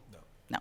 All right, just double checking, because like you said, we did vote that yesterday. Councilman Burgess. So I'll be hopefully clear but brief. I'll just express my concerns, and then whatever happens after that happens. No one's chatted with me, either from the administration or members of council, so I can only tell you my view. A couple of years ago, this council, with Councilman Lavelle, myself, and the president, made a commitment to the land bank, primarily because of its disproportionate impact to African Americans. That we have a housing crisis in the city of Pittsburgh. That crisis is absolutely has been documented and is severe. And as I said in our briefing yesterday, the ability now to build houses, given the pandemic, some of the costs have went up 200%. That is a project we did in Homewood that we built 53 units in Homewood that had a gap of $5 million 3 years ago. If that same project was undertook today, the gap would be $14 million. 3 years ago, $5 million was the gap, that is the money we needed to build 58 units for low-income housing. Today, that same project, not changing at all, because of the cost of labor, because of the cost of construction, because of wood prices, because of all of the COVID-related increases, that project would now have a gap of close to $14 million. In order, in my opinion, and it's just my opinion, to take money away from affordable housing in this crisis atmosphere disproportionately hurts African Americans, disproportionately hurts the poor, and every study has told us that those poor and those single mothers with children are disproportionately African Americans. That's why I have never supported a cut in the land bank. That's A. B, I don't have a problem with giving money to the food justice. I have said from the beginning it shouldn't come from ARPA money. Still doesn't think it should come from ARPA money. They have no plan. They have no real African American inclusion. They in many ways, they've used African American language and words that have a rich tradition in our culture to forward a plan that in many ways was not, and I know this for sure, there are black farmers who did not support the plan, who thought their interests were not taken into consideration. Again, I'm not going to make that argument against the food justice plan. If we want to give the money to them, that's fine. I'm not against it. But it should not come on the back of building housing for single women with children. It absolutely should not be that choice. And so that's why, and so I'm not against the food justice money. I'm not against medical debt money. I'm for all of it. I am have been against reducing the land bank. I have said that to anyone who listens. It's what I believe. And so that's my stance. My stance is we should fully fund the land bank. And then whatever else we want to do, lighting, food justice, medical care, anything else that we want to do, let's do it. But we know for a fact that the number one problem facing poor people in the city of Pittsburgh is housing. There's not even a question about that. We voted as a council that housing is a human rights issue. We voted for that. We've created all these issues to take money away from affordable housing to give it to anybody other than affordable housing, to me, Ricky Burgess, is nonsensical. And so I've been very quiet about it, but that's my view. And so this is something we do oftentimes. You know, we have to make these choices.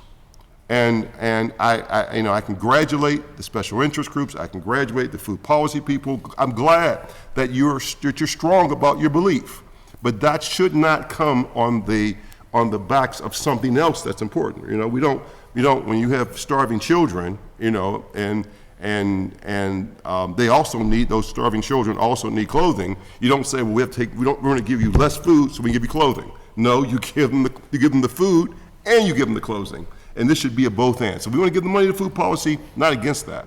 I have some, and I've told my concerns to them privately, of my concerns, a lack of a real plan, a lack of a real program. We're putting money with no real, we're putting money in a fund with no real outcomes, without any real direction. A theoretical, philosophical, perhaps will work one day, 2-3 years from now, with no real program. And in all my times of doing programs, I've always done the program first. I've always designed the program, have the outcomes, and have the people in place, then fund it. This is one of the first times I've seen us fund something that's theoretical without any real direction, no real staff, no real outcomes, no real plan, no real project. But again, that's not my issue. Not against it. Give you the money, fine, good luck to you. But we should not take it from affordable housing. Thank you. Okay, Councilman Coghill? Yes, thank you. Well, we've come a far way to get back to the beginning here, you know, so I apologize, Madam President, you know, putting you through the last couple of days of, you know, kind of chaos. But two things, you know, the Food Justice Fund, I'm glad, let me get this straight, Peter. The amendment was made yesterday. Nobody's going to introduce it today. So then it reverts back to what the mayor originally sent over, $3 million from the land bank, correct? Correct. Okay. I'm for that. I understand what you're saying, Rev, as far as making the land bank whole, and I'll be committed to that. But I'd like to see two things. Number one, Food Justice Fund. We want to see a plan, and we're going to start by meeting today. So as to how and where they're going to spend those funds. Likewise with the land bank. If the land bank, which I think we all desperately want the land bank to be successful, I think we need them to be successful. I think $7 million is a great start, but you'll have my commitment moving forward if we can see a plan and a good, good way to purpose this money. I'll be supportive from here on out, I will tell you. So we're back to the beginning, and I know Councilman Wilson also, has his medical leave he wants to fund, and I think we found a way for that. But as of today, we're not going to introduce the amendment. We're back to $3 million coming from the land bank, as the mayor sent over to us, and we'll discuss, Bobby and everybody else's plan going forward. But we need a plan from Food Justice, and we need to see how the land bank is going to operate with that money, and I'm good with that. So thanks. Thank you, Madam President. I think it's almost like when we pit our one neighborhood against the other, trying to find the perfect solution. And I think it's unfortunate that we're in this situation. And I think that, if we had different responses from the county, DHS, if we had some more help on different levels of government where we could have money for housing, have money for food, we wouldn't be pitting one need against another. I do have an amendment later on we're going to introduce that will make sure that we get a plan from the Food Policy Council, and I know that they say they have a plan, and so they have to submit it. If they don't, then the money will revert back to the land bank. It will stay in the land bank. But it's given them 6 months to do so. They've had a year and a half. They may have a plan, and I believe that they do because I'm on a lot of the emails, but they have to share it and have it approved by council, and if not, then the money should not go to anyone who can't be accountable for it and can't make sure that council is aware. We should not be allocating public dollars to anyone without some accountability, period. I don't care who they are. I don't care who they've lobbied. I don't care what they do, because we could also allocate $3 million just to the food bank and everybody would be fed. So, and give them a fund. So I'm just saying, I think that we need to have some responsibility with that. As far as the land bank, talking with Reverend Burgess, I'm actually confident now that they're going to spend the money that they have and need more, because we do want to put in some co-op housing, and we're talking now about how they would purchase the properties. So they're going to spend that money, and I think probably as quickly as they possibly can, because it will help us with the homeless population that we're experiencing in the city also. As I mentioned, the housing co-op in Sheridan, the homes go for around $30,000, and they're beautifully maintained, beautiful homes, and low crime. It's a good place, and it's a good thing to do. I think all of us want to do what's right for everyone, and I mean we're all bleeding hearts. I mean, we all want to help everyone, and often do out of our own pockets. I think that we're sitting here pitting one need against another is just terrible. I mean, the Food Policy Council does a tremendous amount of work in our city, and got us through a pandemic, and did food distributions during that pandemic when other people didn't want to be around people. They were out distributing food. The farmers, things. I think I see this funding going towards Councilman Coghill's farm, the food, the farm in Sheridan Park. And doing things across the city. I see this being used in a good way. I also see the land bank being used in a good way. So I think we should really look over the budget and try to find that gap funding that the land bank needs. But the administration is also talking to people about creating I talked about this yesterday, some type of social service fund, that it's not taking our dollars away from where we need to be directing them. It's not taking away from, paving or from demos or from vacant lots, the things that are also important to keeping the African American community and every community safe, to be honest with you, including the lighting, which is a huge concern. So I think that they're trying to come up with a plan. fund that would be more appropriate to use. And I also think that they're also working on the pilot program, which we've heard about. So I think if some of those funds come in, that would be a good opportunity to take additional funds and put them into the land bank. Or maybe if the land bank made funding or generated some revenue, it would be helpful too. But I want to be honest, I think everybody says stuff about the land bank and how it hasn't been successful. And I'm one of the people that made it not successful. Because every time Reverend tried to take money from foundations or somebody who wanted to contribute to it, I'm like, they're not touching our land. They're not touching our land. So I was the one who always said, no, we're not taking that funding. Because I didn't want private groups controlling our public land. So it was, for me, it was a policy issue. So I didn't feel comfortable with it. So I don't want to hear him or Councilman Lavelle taking heat for something that they really probably could have got up and running if it wasn't for me a lot of times. So, but I wanted to make sure that whatever we did, the public was engaged in. So that it was a different, but they wanted to make sure that they had land moving. So I think, there was different goals there. So with me, I'm just going to, I'm okay with moving the land bank now with a commitment that we'll work towards something, because I do know how much this can benefit the city of Pittsburgh if we do it right. But I think now I'm okay returning the money out of the lighting funds. Well, can I do want to add, I'm sorry, real quick, that, and even with the medical bills, with that $1 million, I didn't vote for that, I didn't vote for any of it yesterday, but I want to say, it's not that I'm opposed to that either, but I'm opposed to is not having the opportunity to talk about it. What I'm opposed to is feeling the pressure to approve something without having the opportunity to discuss publicly and let the public know what we're spending $1 million on. That's not really in our purview, and I know that Councilman Wilson is trying to do something really amazing to help a lot of residents, and I think that's admirable. But I also think the public wants their due process. They want to hear what we're spending $1 million on. They want to hear what we're doing, and so I think that. Having a conversation about that and waiting a little bit on that.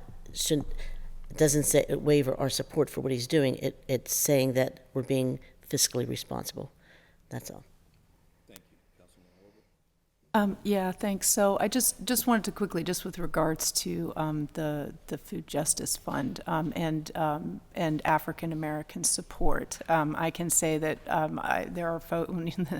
there are a number of folks in Hazelwood. Having a grocery store in Hazelwood is a top priority. If there are, and we were all here, or most of us were here for the hearing, there are a number of African Americans involved on the Food Policy Council. Now, if there's anyone who feels disenfranchised, then that's absolutely something we need to address. But I do want to just clarify that it is the same community that needs housing that also needs food and food infrastructure in their communities. I also want to clarify, too, that the concept of the Food Justice Fund is not just an extension of the food bank, but actually creating the infrastructure in communities so that the food is available, right? Is available, whether that be building grocery stores or creating urban farms or helping expand existing urban farms, right? So this is not an extension of what DHS does to give food to people in need. As far as the money itself, I want to clarify that the concept, the proposal was never that the Food Policy Council would get $3 million. So the proposal is that there is a fund for food justice, right, for food infrastructure. So to sort of put it on the shoulders of the Food Policy Council to come up with a plan to spend, and they've actually had lots of detailed things that we could do with a food fund, right? And they have done that work, and that's out there. But as Councilman Coghill mentioned, like a farm, and that wouldn't be the Food Policy Council who runs that farm. That's not how it works. So any plan that would be created using the fund, and you need people to do that, right? So I think, what do we have, maybe one person working for the city that addresses food. So hiring another person or two alone would take more than, could take 3 months, right? Much less putting together a plan. As far as affordable housing and ARPA funds, we can see, I don't know, maybe, Dr. McDevitt, you can, there are other funds too, right? It's not only the land bank. That is not the only money that is going to affordable housing in ARPA. So that's something also to keep in mind. There's more money going to the Housing Opportunity Fund. I think the URA is something like $75 million total in ARPA money. So, I do want to be clear about that. And as far as the lights, my understanding, and I don't want to, well, maybe Director Pollack, I don't know if he's here, but my understanding is that in order to do what we need to do with the lights, $3 million will get us where we need to go, and that that there's still $1 million for, we can talk about whether that's the RIP debt, et cetera. Anyway, so that's it. Thank you. Thank you. Before going on to the second round, I'll simply add, one, I concur with Reverend Burgess that I fully support the Food Justice Initiative. What I will tell you is when I ran for office, the number one issue in the Hill District was a grocery store. It was a documented food desert, and I ran on the commitment to get that done. It took 4 years, and it cost me $12 million. And the store lasted for 4 years, and then it shuttered. And there's a lot of reasons for that. So I'd be more than willing to sort of talk to you about that. This initiative, and by no means will open up a grocery store, but there are other unique ways, and we've found other ways to have food delivered for free to families. We've worked with Giant Eagle to provide buses to the community.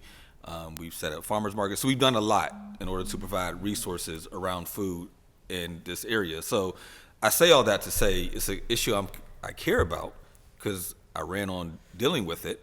But at the same time, I don't believe we should take from housing to essentially prop that up. We should find the funding to do so. I'll also say, because you mentioned, you're correct, there are additional dollars that went to the URA to support housing, but the reason we created the Housing Opportunity Fund, because we openly acknowledged that there was nowhere near the amount of resources going to housing that was necessary.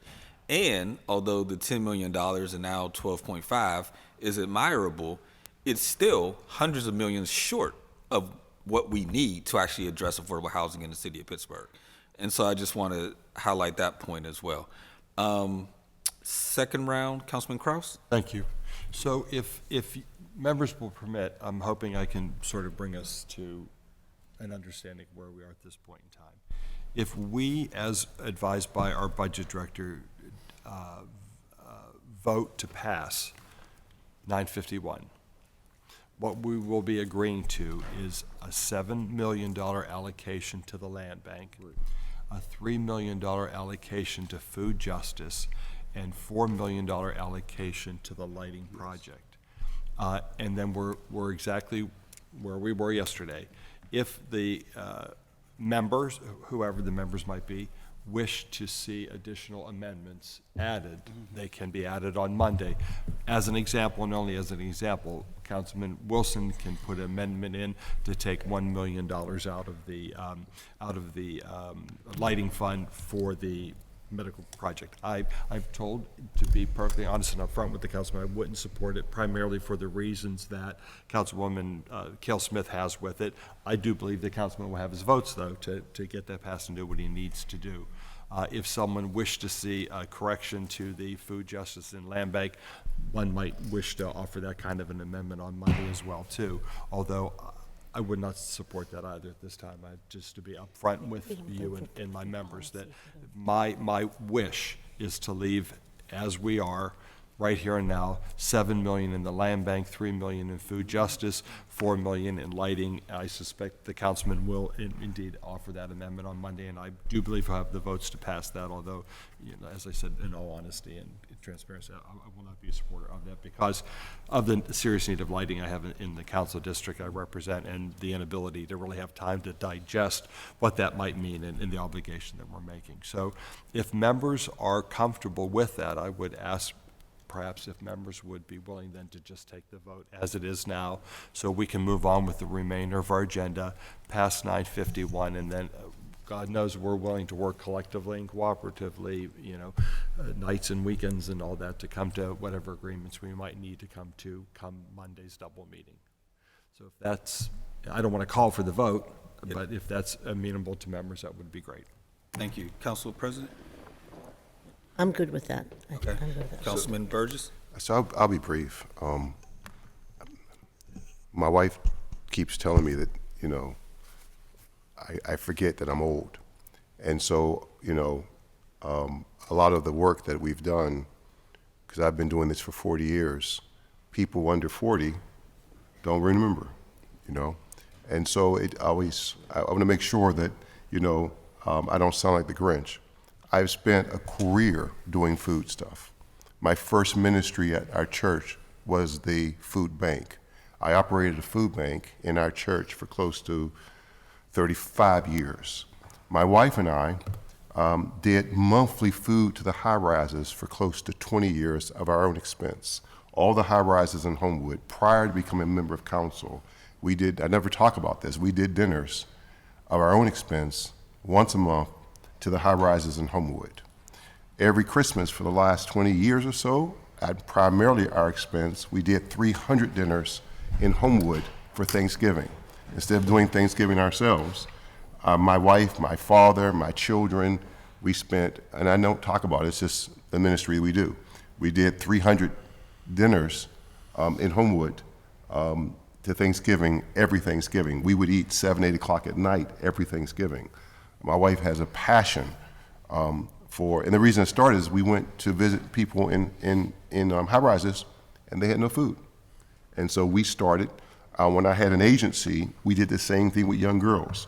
We did dinners monthly to the high-rises. So I'm not against, I do understand, and Homewood has probably one of the largest homeless populations in the city. It actually, you don't see it because they're not on the street. They're in houses. They're on people's couches. They're in cars. So you don't see them, but they're there. I love food, so I am acutely aware of the need to create more food. I am acutely aware of that. And so I am not against anything that will create more food. It is a policy that's close to my heart. But I am also, as a council person, also have priorities. And I just say that the number is probably somewhere around $60 million a year, somewhere between $40 to $60 million a year.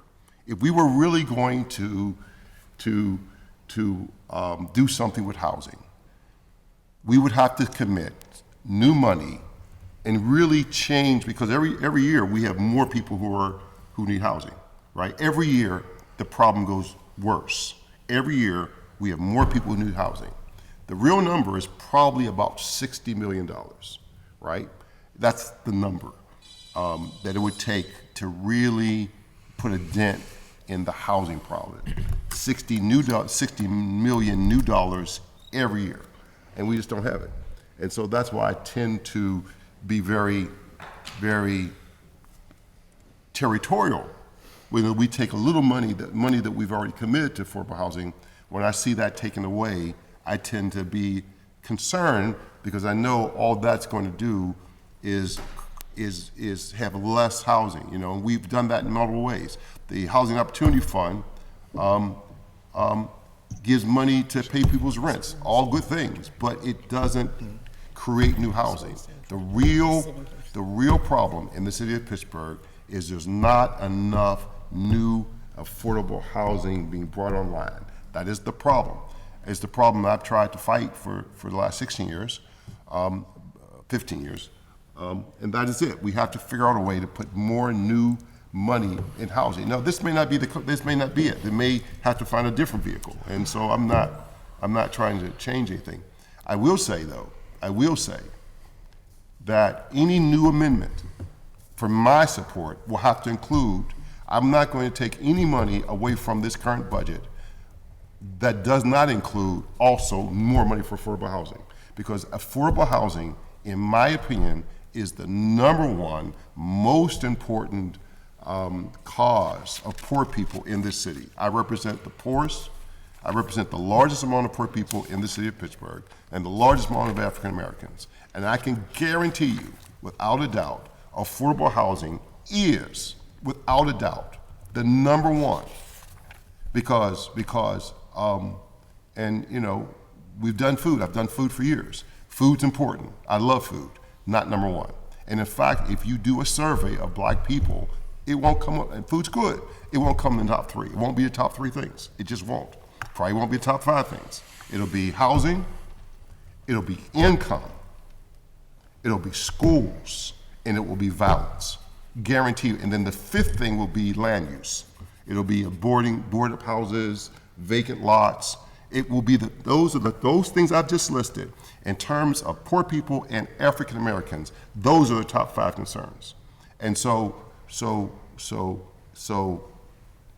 I'm just want to lay out my position, not trying to argue or convince anybody, but any money that we take, now that we're going to go back to square one, I'm simply saying for Ricky Burgess, I won't vote to move anything unless we're going to put more money into affordable housing.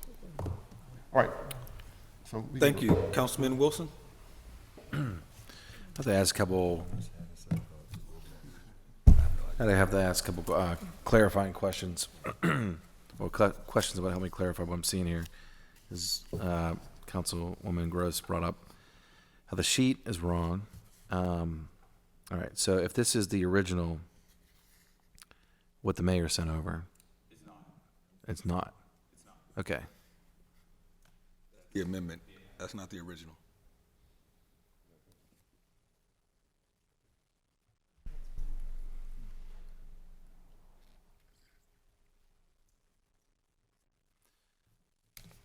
Okay, so this is the amendment.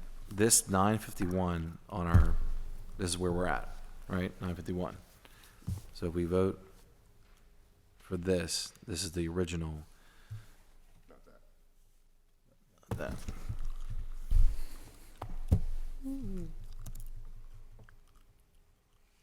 So what will we have to do? Will we have to amend this then? We would have to vote to accept the amendment from yesterday if we were going to move forward? If we vote to approve Bill 951 as is, you're voting for the original amendment that came over from the administration. If we want to change Bill 951, we have to vote to amend what we approved yesterday. And that was walking, I don't know. That was, when we took the vote yesterday on the budget line amendment, so that means that today, if nothing had changed, we were going to come and amend to accept amend 951 to accept what had taken place yesterday. Correct. Correct. Okay. All right. So that way it stands, what the mayor sent over, just so I'm clear, is reducing the land bank by 3, creating a food justice fund, and that was it. There are other changes besides those two. I guess I need the full sheet, but regardless, that was the highlight. Those are the highlights. Yeah. That was the highlight. It also includes more money for paving and demolition. Mm-hmm. Okay. Which are also great highlights. So, in that regard,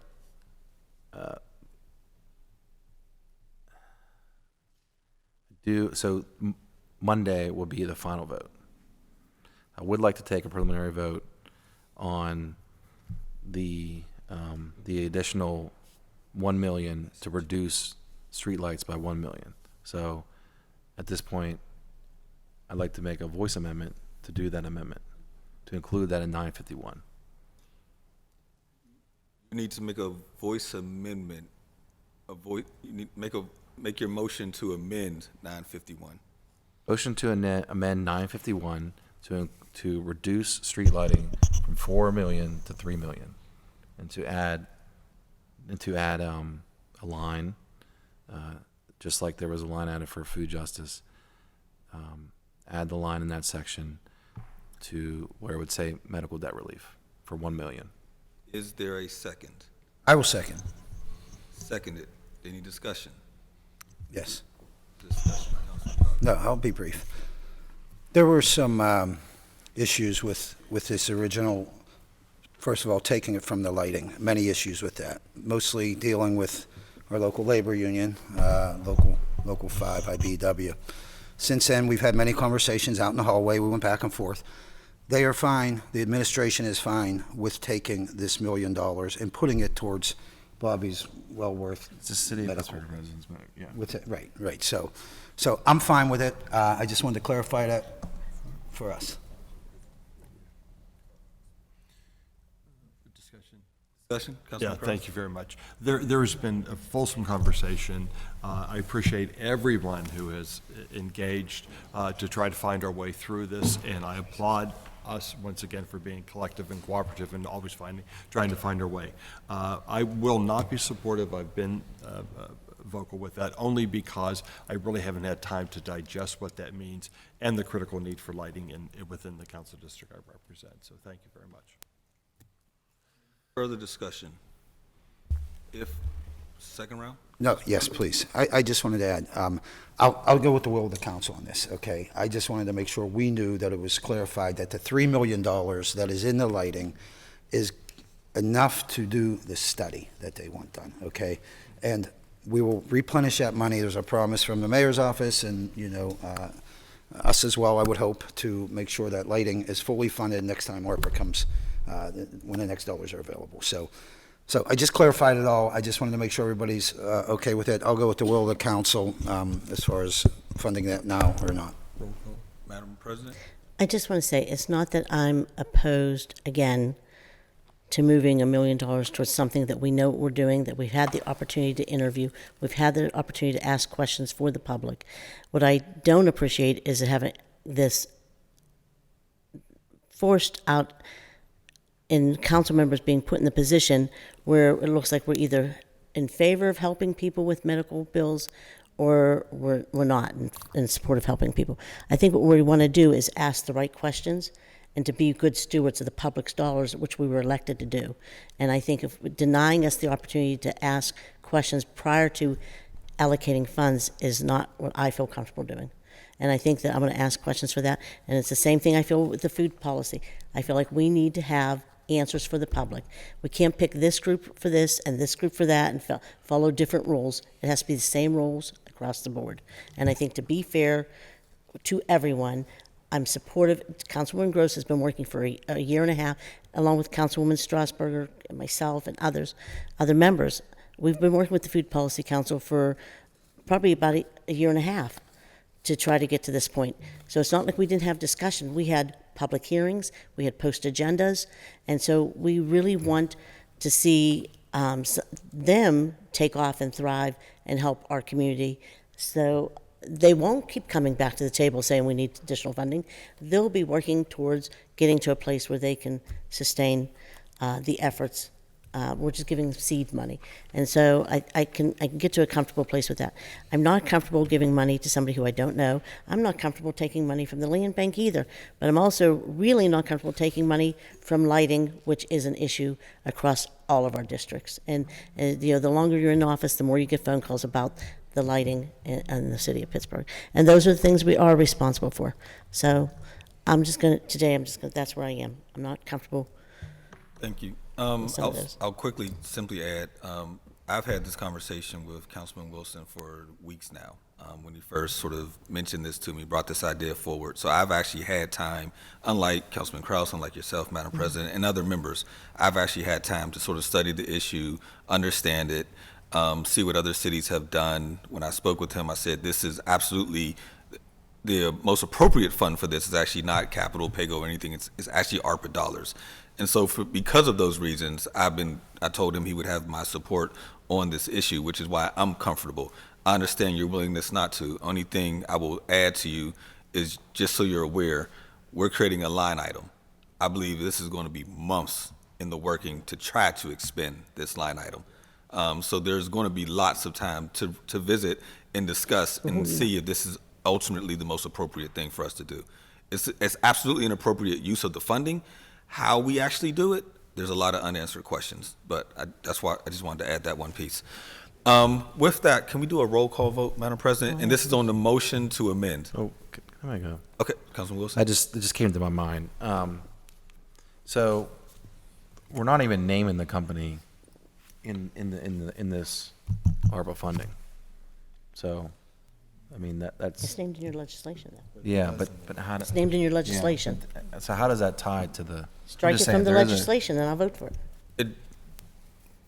We're dealing with separate issues. Right now, we're just creating a line item for healthcare debt. Right, exactly. That's all. We're not identifying a company. Right. We're not identifying other than I just wanna creating make a that line point. item Good deal. that will probably take a year to actually be expended.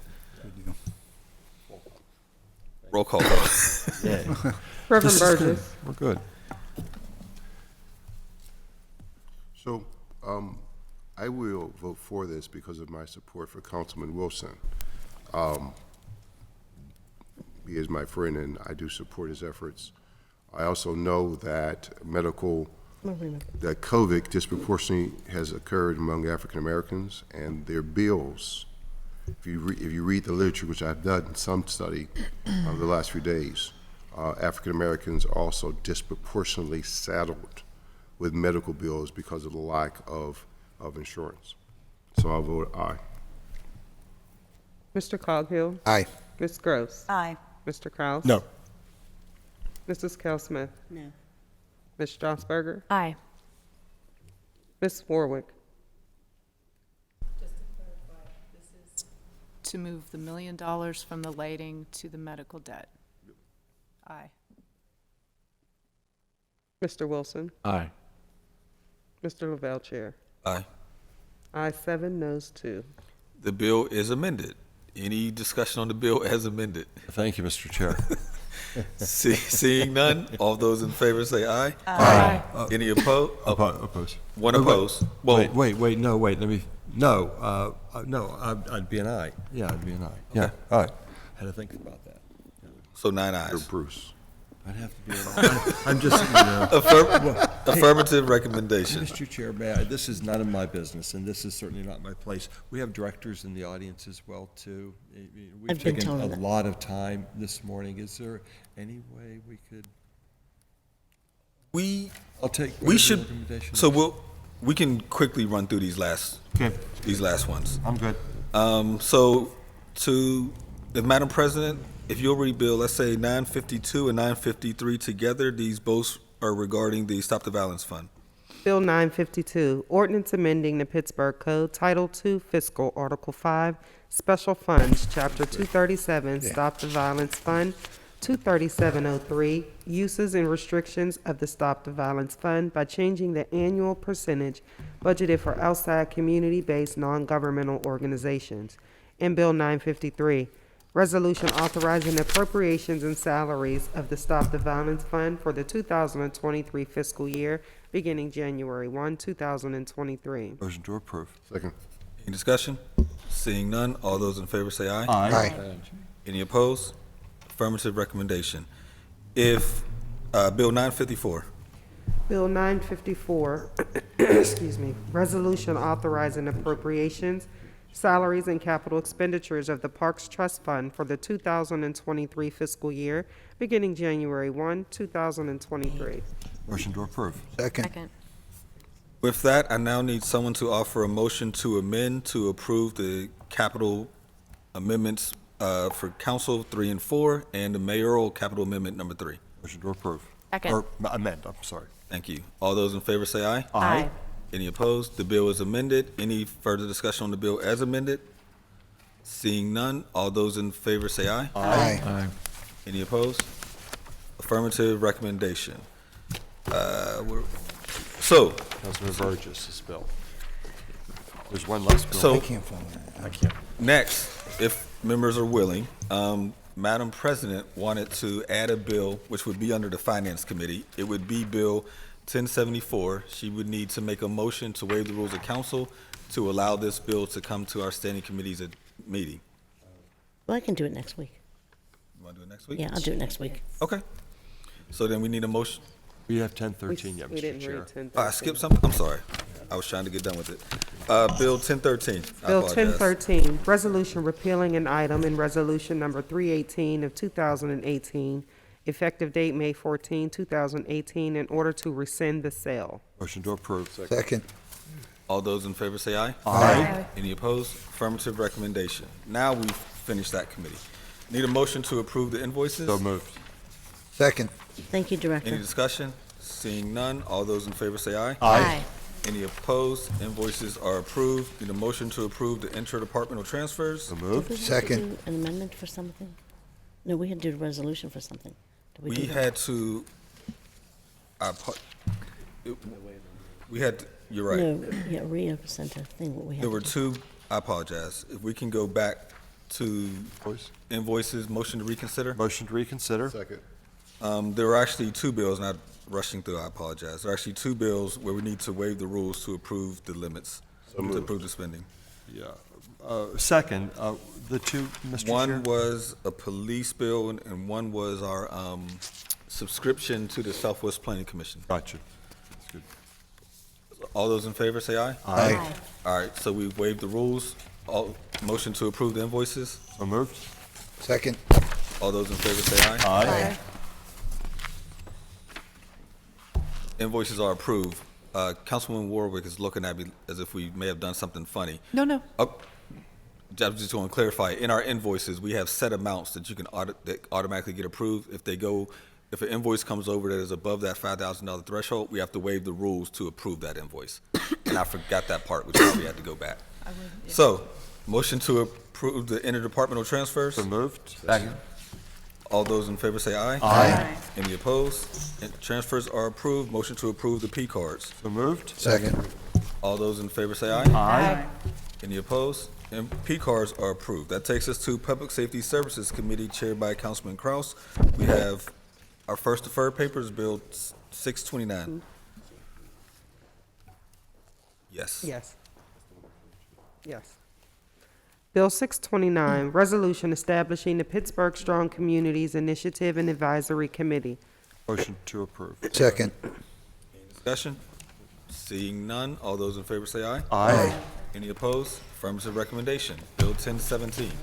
Bill 1017, resolution amending Resolution 453 of 2002, providing for an amended lease for the Department of Public Safety, Bureau of Police Headquarters located at 1203 Western Avenue, extending the term 6 more years and providing for the payment thereof. Motion to approve. Very brief discussion, please. Second. Thank you, Mr. Chair. As I spoke with members, I met with the administration repeatedly at the request of Deputy Mayor Pollack and our Public Safety Director, Lee Schmidt. They have asked that we table this bill, so I'm going to motion to table the bill.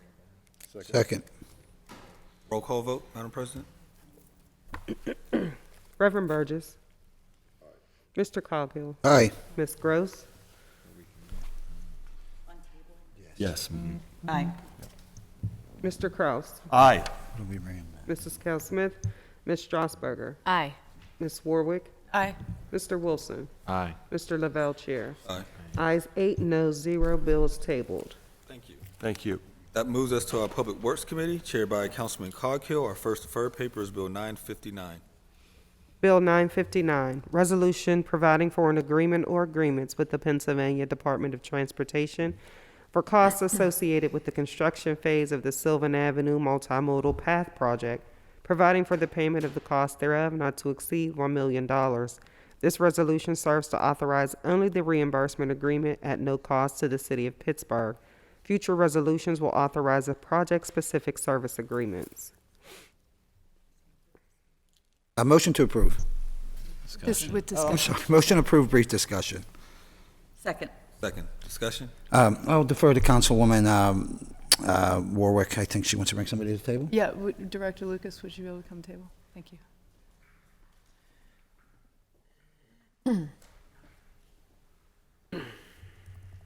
You know the routine. So I'd just like to clarify a little bit around this resolution. So this is a multimodal path, essentially a bike path. And this money is for the streets. There's a street section and then there's a greenway section. This is for the street section.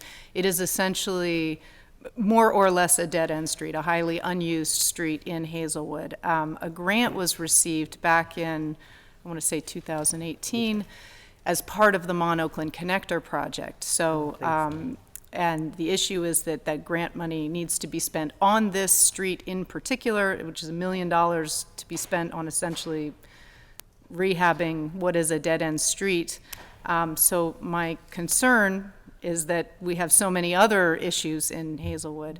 We had a public meeting about it, and at that public meeting, we talked about the need for traffic calming in other places, specifically Upper Hazelwood Avenue. So I'd like to let Director Lucas speak to that, to what other projects we are also doing in 2023 in addition to this one, so that they can have both the nice bike path and the safety updates. Sure. Yeah, So Kim Lucas, Director for the City's Department of Mobility and Infrastructure. Just to clarify, there is no money from this grant that it could be used for the traffic calming request that Councilmember Warwick is referring to. But specifically on Hazelwood Avenue, DOMI as a department has already performed a road safety audit. We actually did that earlier this year and last year, I believe. And the findings concur with what we're hearing today, which is that Hazelwood Avenue needs safety improvements. We do believe that the best project along Hazelwood would be a full-scale corridor capital project. That's not something we can commit to doing in '23 because that will need dedicated funding and design resources. However, we do think that there are spot improvements along Hazelwood Avenue that we can accomplish in 2023. So we haven't figured out exactly what those spot improvements would be, but I do have commitment from my traffic engineering staff that we should be able to do some spot improvements.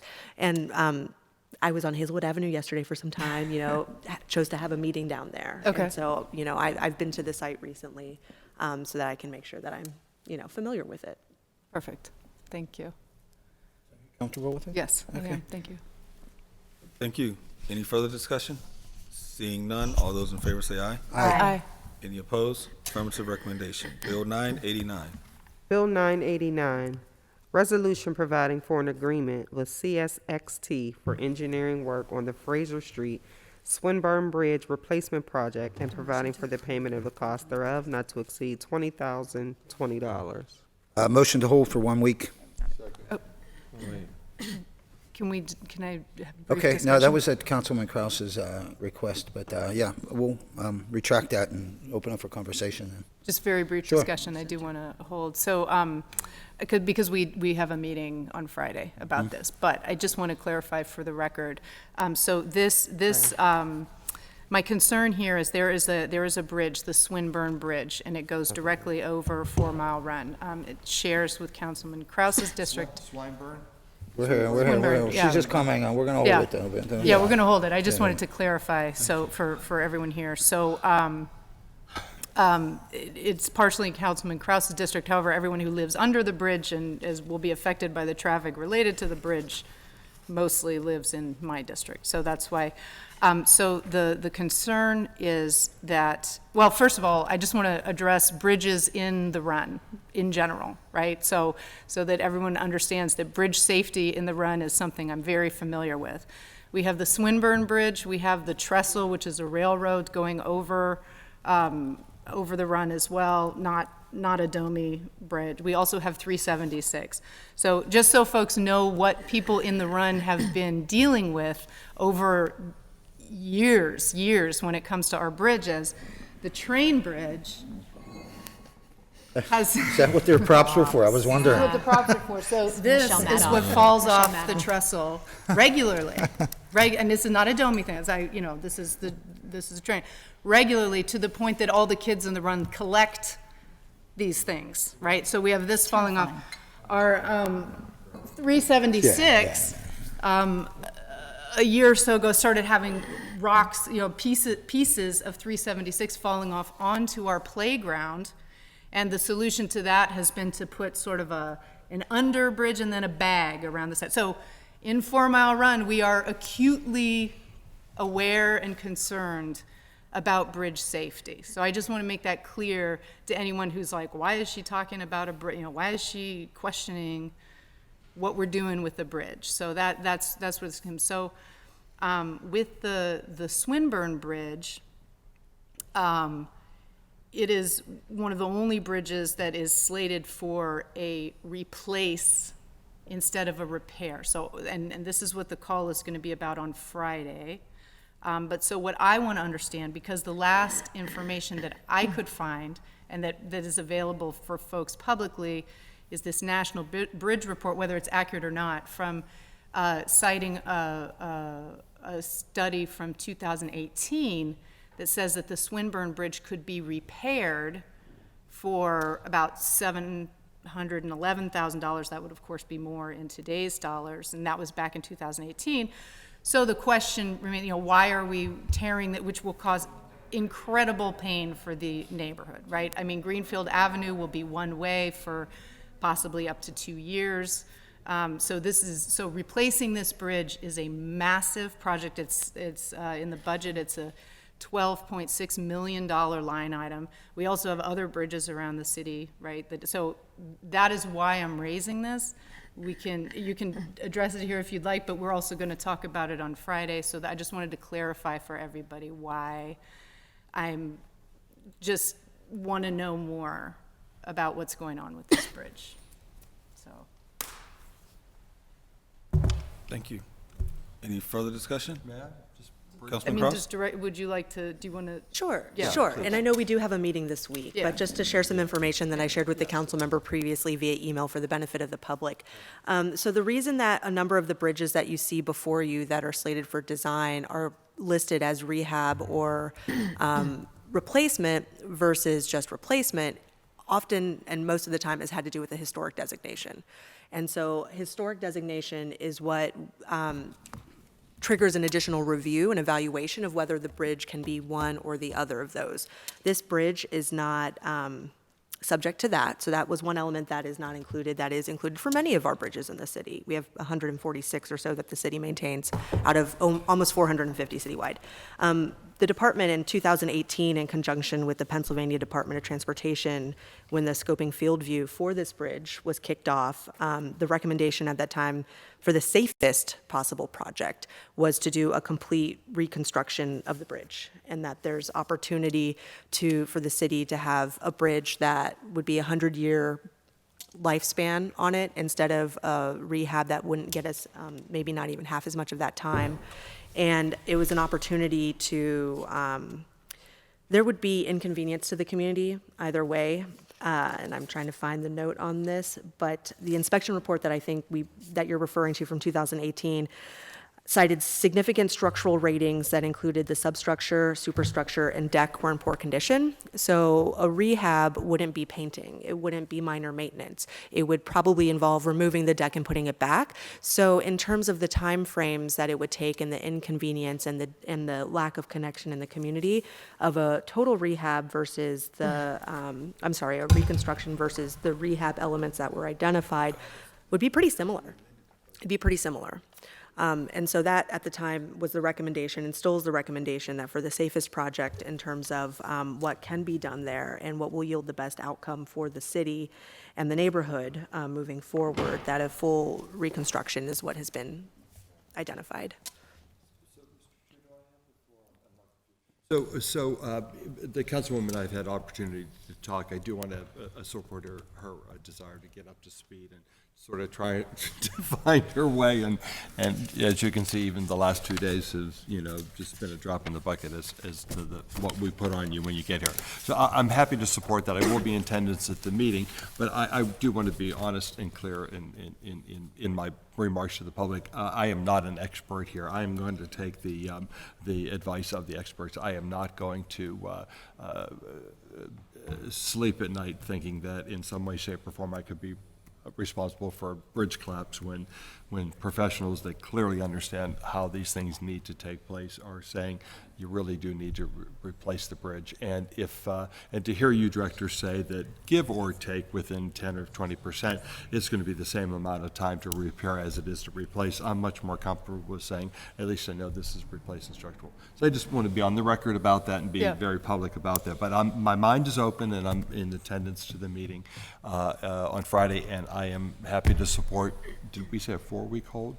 Is that what, I missed, because I had a... I thought you told me a 1 week. No, 1 week. I just, 1 week would be I fine. didn't give a time. I just know Okay. that Councilwoman wants to hold. Whatever your preference is. Yeah, and also just to add too, so I appreciate that, and I am not an expert either, and so what I am looking for, and this is actually the first time, right, is the initial, when I asked this over email, the initial answer was that it would be more cost effective to do a bridge that would last 100 years versus a bridge that would last 50 years. And my response is, well, it's nice to save money for the folks of Pittsburgh 100 years from now, but I'd also feel like we should be concentrating on the people here today, right? So, and this we can do this on Friday or not, but I would love to have, as you said, if this report from the experts that lays it out in black and white for anybody, for any of my constituents who ask me, right? I would love to have that to say, hey, look, I'm not the engineer here, right? This is the report. This is what the engineers have put together, that it is safer to take this bridge down and replace it than to just fix it. And that would make my life easier. And everybody could sleep well at night. A brief interrogatory, just so everybody sort of understands the timeline in which we're on.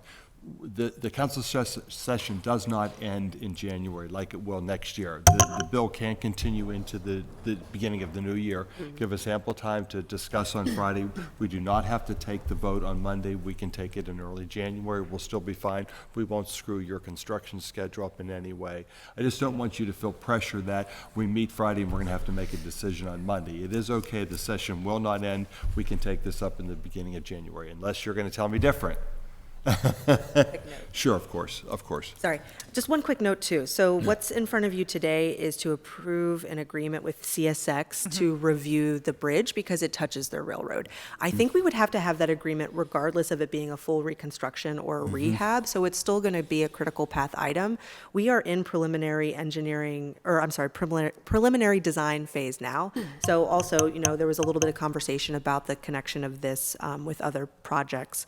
And so I just wanted to make sure that everybody knew that we have not designed this bridge yet. We're at the very beginning of that phase. So say that again, please. It's an agreement with CXS, to achieve what?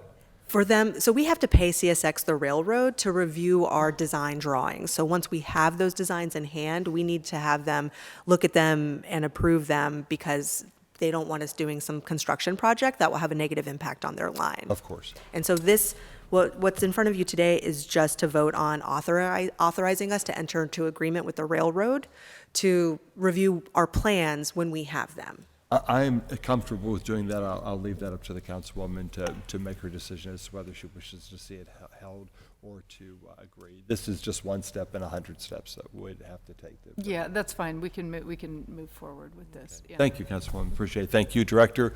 Mr. Chair, we can vote. Thank you. So is there, the motion to hold is for? No, we're going to approve. Oh, you're going to approve? Okay. Thank you. So all those in favor say aye. Aye. Any opposed? Affirmative recommendation. That was a long day. Thank you. So that will take us to our new papers, Bill 1036. Bill 1036, resolution authorizing the Director of Public Works and the Director of the Office of Management Budget to enter into an agreement with Duquesne Light Company, accepting a minimum annual electricity usage requirement in return for DLC to install a power line from the street to the environmental services lot to supply power to the new EV charging infrastructure to charge electric refuse trucks. Motion to approve. Second. Any discussion? Seeing none, all those in favor say aye. Thank you, Director. Appreciate your patience. Any opposed? Affirmative recommendation. That'll take us to Land Use and Economic Development Committee, which is chaired by Councilman Wilson. We have two to the first paper, the first being 270. Bill 270, ordinance supplementing the Pittsburgh Code Title 7, Business Licensing, Article 7, Business Licenses, by creating a new Chapter 768, Short-Term Rental. You read Bill 465 as well? Bill 465, ordinance amending the Pittsburgh Code Title 5, Traffic, Article 7, Parking, Chapter 549, Residential Parking Permit Program, 549.08, Visitor Permits, Non-Resident Permits, so as to relate the issuance of residential parking permits for short-term rentals to the issuance of licenses by the Department of Permits, Licenses, and Inspections, authorizing the operation of short-term rentals in the city of Pittsburgh. Motion to approve discussion.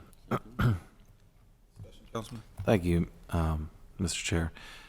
On the advice of our law department, I'm going to hold bills 270 and 465 until March 1st, which is our next standing committee meeting, and March 1st. A second.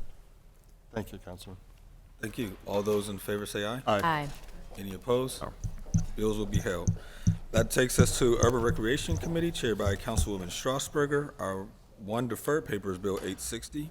Bill 860, resolution instructing the Director of Parks and Recreation and the Department of Public Works to amend the rules and regulations for sports field permits to provide priority use to athletic organizations comprised of City of Pittsburgh residents.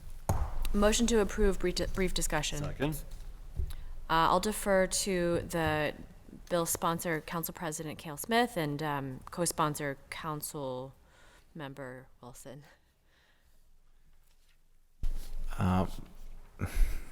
Thank you, Councilperson Strasburg. Here? Oh, she's not there. It's Sorry. been a long morning, afternoon now. So we're going to have to hold the bill, but just want to say that we're in communication with the department and looking forward to the department's response in terms of our hopefully, which is a good amendment that we sent over. So looking forward to that. But with that, I'd like to hold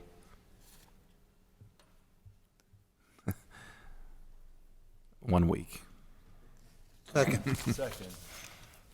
All those discussion, Councilman Gross? Only that brings it up for Monday at our final vote. It's our last meeting of the year. Let's No, get we have that. one more meeting, Let's get but that. I'm sorry, I should be at my front. It brings it to Monday. We have double meetings on Monday, and then we will have one meeting after the new year, or I'm sorry, after the holiday and right before the new year. What does that mean? I'm trying to read the signals from the director here. Does 2 weeks achieve it? It doesn't, does it? Let's kick that into the new year. Yeah, how about what Madam the Clerk? first standing committee meeting is on? Yeah, what's In the new year? Yeah, yes, please. So I'll motion to rescind the prior motion. I'll rescind my second. Oh, there wasn't ever even a second. I just made the motion. Councilman Cross seconded. He did. rescinded his. Okay. It'll be January 4th. Okay. Motion to hold the bill until January 4th. Second. All those in favor say aye. Aye. Any opposed? The bill will be held until January 4th. Our new paper is Bill 1035.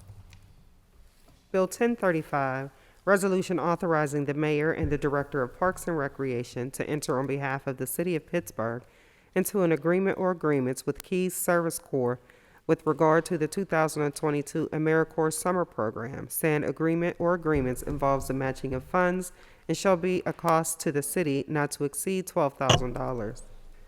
Motion to approve. Second. Any discussion?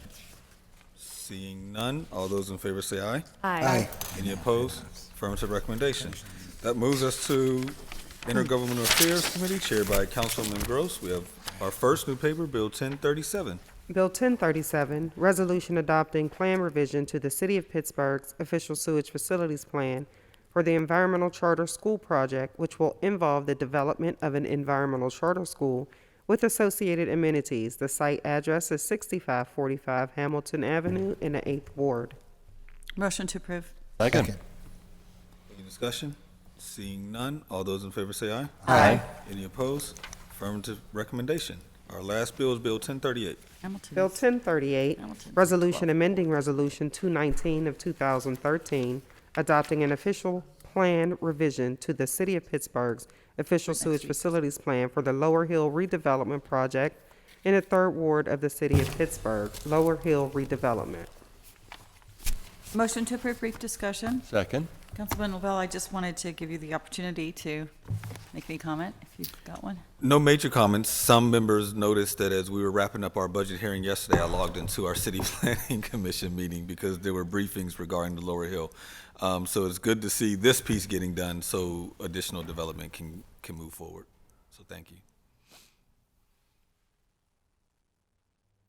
All those in favor say aye. Aye. Any opposed? Affirmative recommendation. That exhausts our agenda for today. We do have meeting announcements. This afternoon at 1:30 p.m., Council will hold a cablecast public hearing on Bill 817 as it relates to zoning changes in the Larimer neighborhood. Speaker registration will close at 12 p.m. today. On Thursday, December 5th at 10 a.m., Council will hold a cablecast public hearing on Bill 901 as it relates to updating the rules of council. Speaker registration will close at 8:30 a.m. Thursday morning. Also on Thursday, Council will hold a cablecast public hearing at 1:30 p.m. on Bill 856 as it relates to the historic designation of the building of 412 Boulevard of the Allies. Speaker registration closes at 12 p.m. on Thursday. On Saturday, December 17th at 10 a.m., Council will hold a cablecast public hearing on the City Council amendments to the 2023 operating capital and council budgets. Speaker registration closes at 8:30 a.m. Saturday morning. And on Monday, December 9th, due to the upcoming holiday, Council will hold the regular meeting at 10 a.m. and our standing committee meetings at 1:30 p.m. Speaker registration will close at 9 a.m. and 12:30 respectively. To register to speak at these meetings and hearings, please fill out the sign-up form on the council meeting webpage. You may also call the city clerk's office at 412-255-2138. Is there anything from members? Councilman Kraus. Just 1 second. I just want to offer up that I am very proud to serve with the members of this body. And we have our challenges, we have our beliefs, we fight for them, but we always find a way to come together collectively and cooperate and figure out what's in the best interest of constituency that we serve. So I just want to offer up that I'm very proud to serve with you. Thank you. I was also going to say thank you for all the members working through this budget season. And I also want to thank our budget office, both our budget director and our deputy director, for their great assistance over the course of the last about 2 months. And we even throw in Dan Friesen. What the heck? Even Dan Friesen. Yeah. Wherever you are. Yeah, why not? So thank you all. Yeah. With that, motion to approve the minutes and adjourn the meeting? So moved. Second. We are adjourned. Let's eat.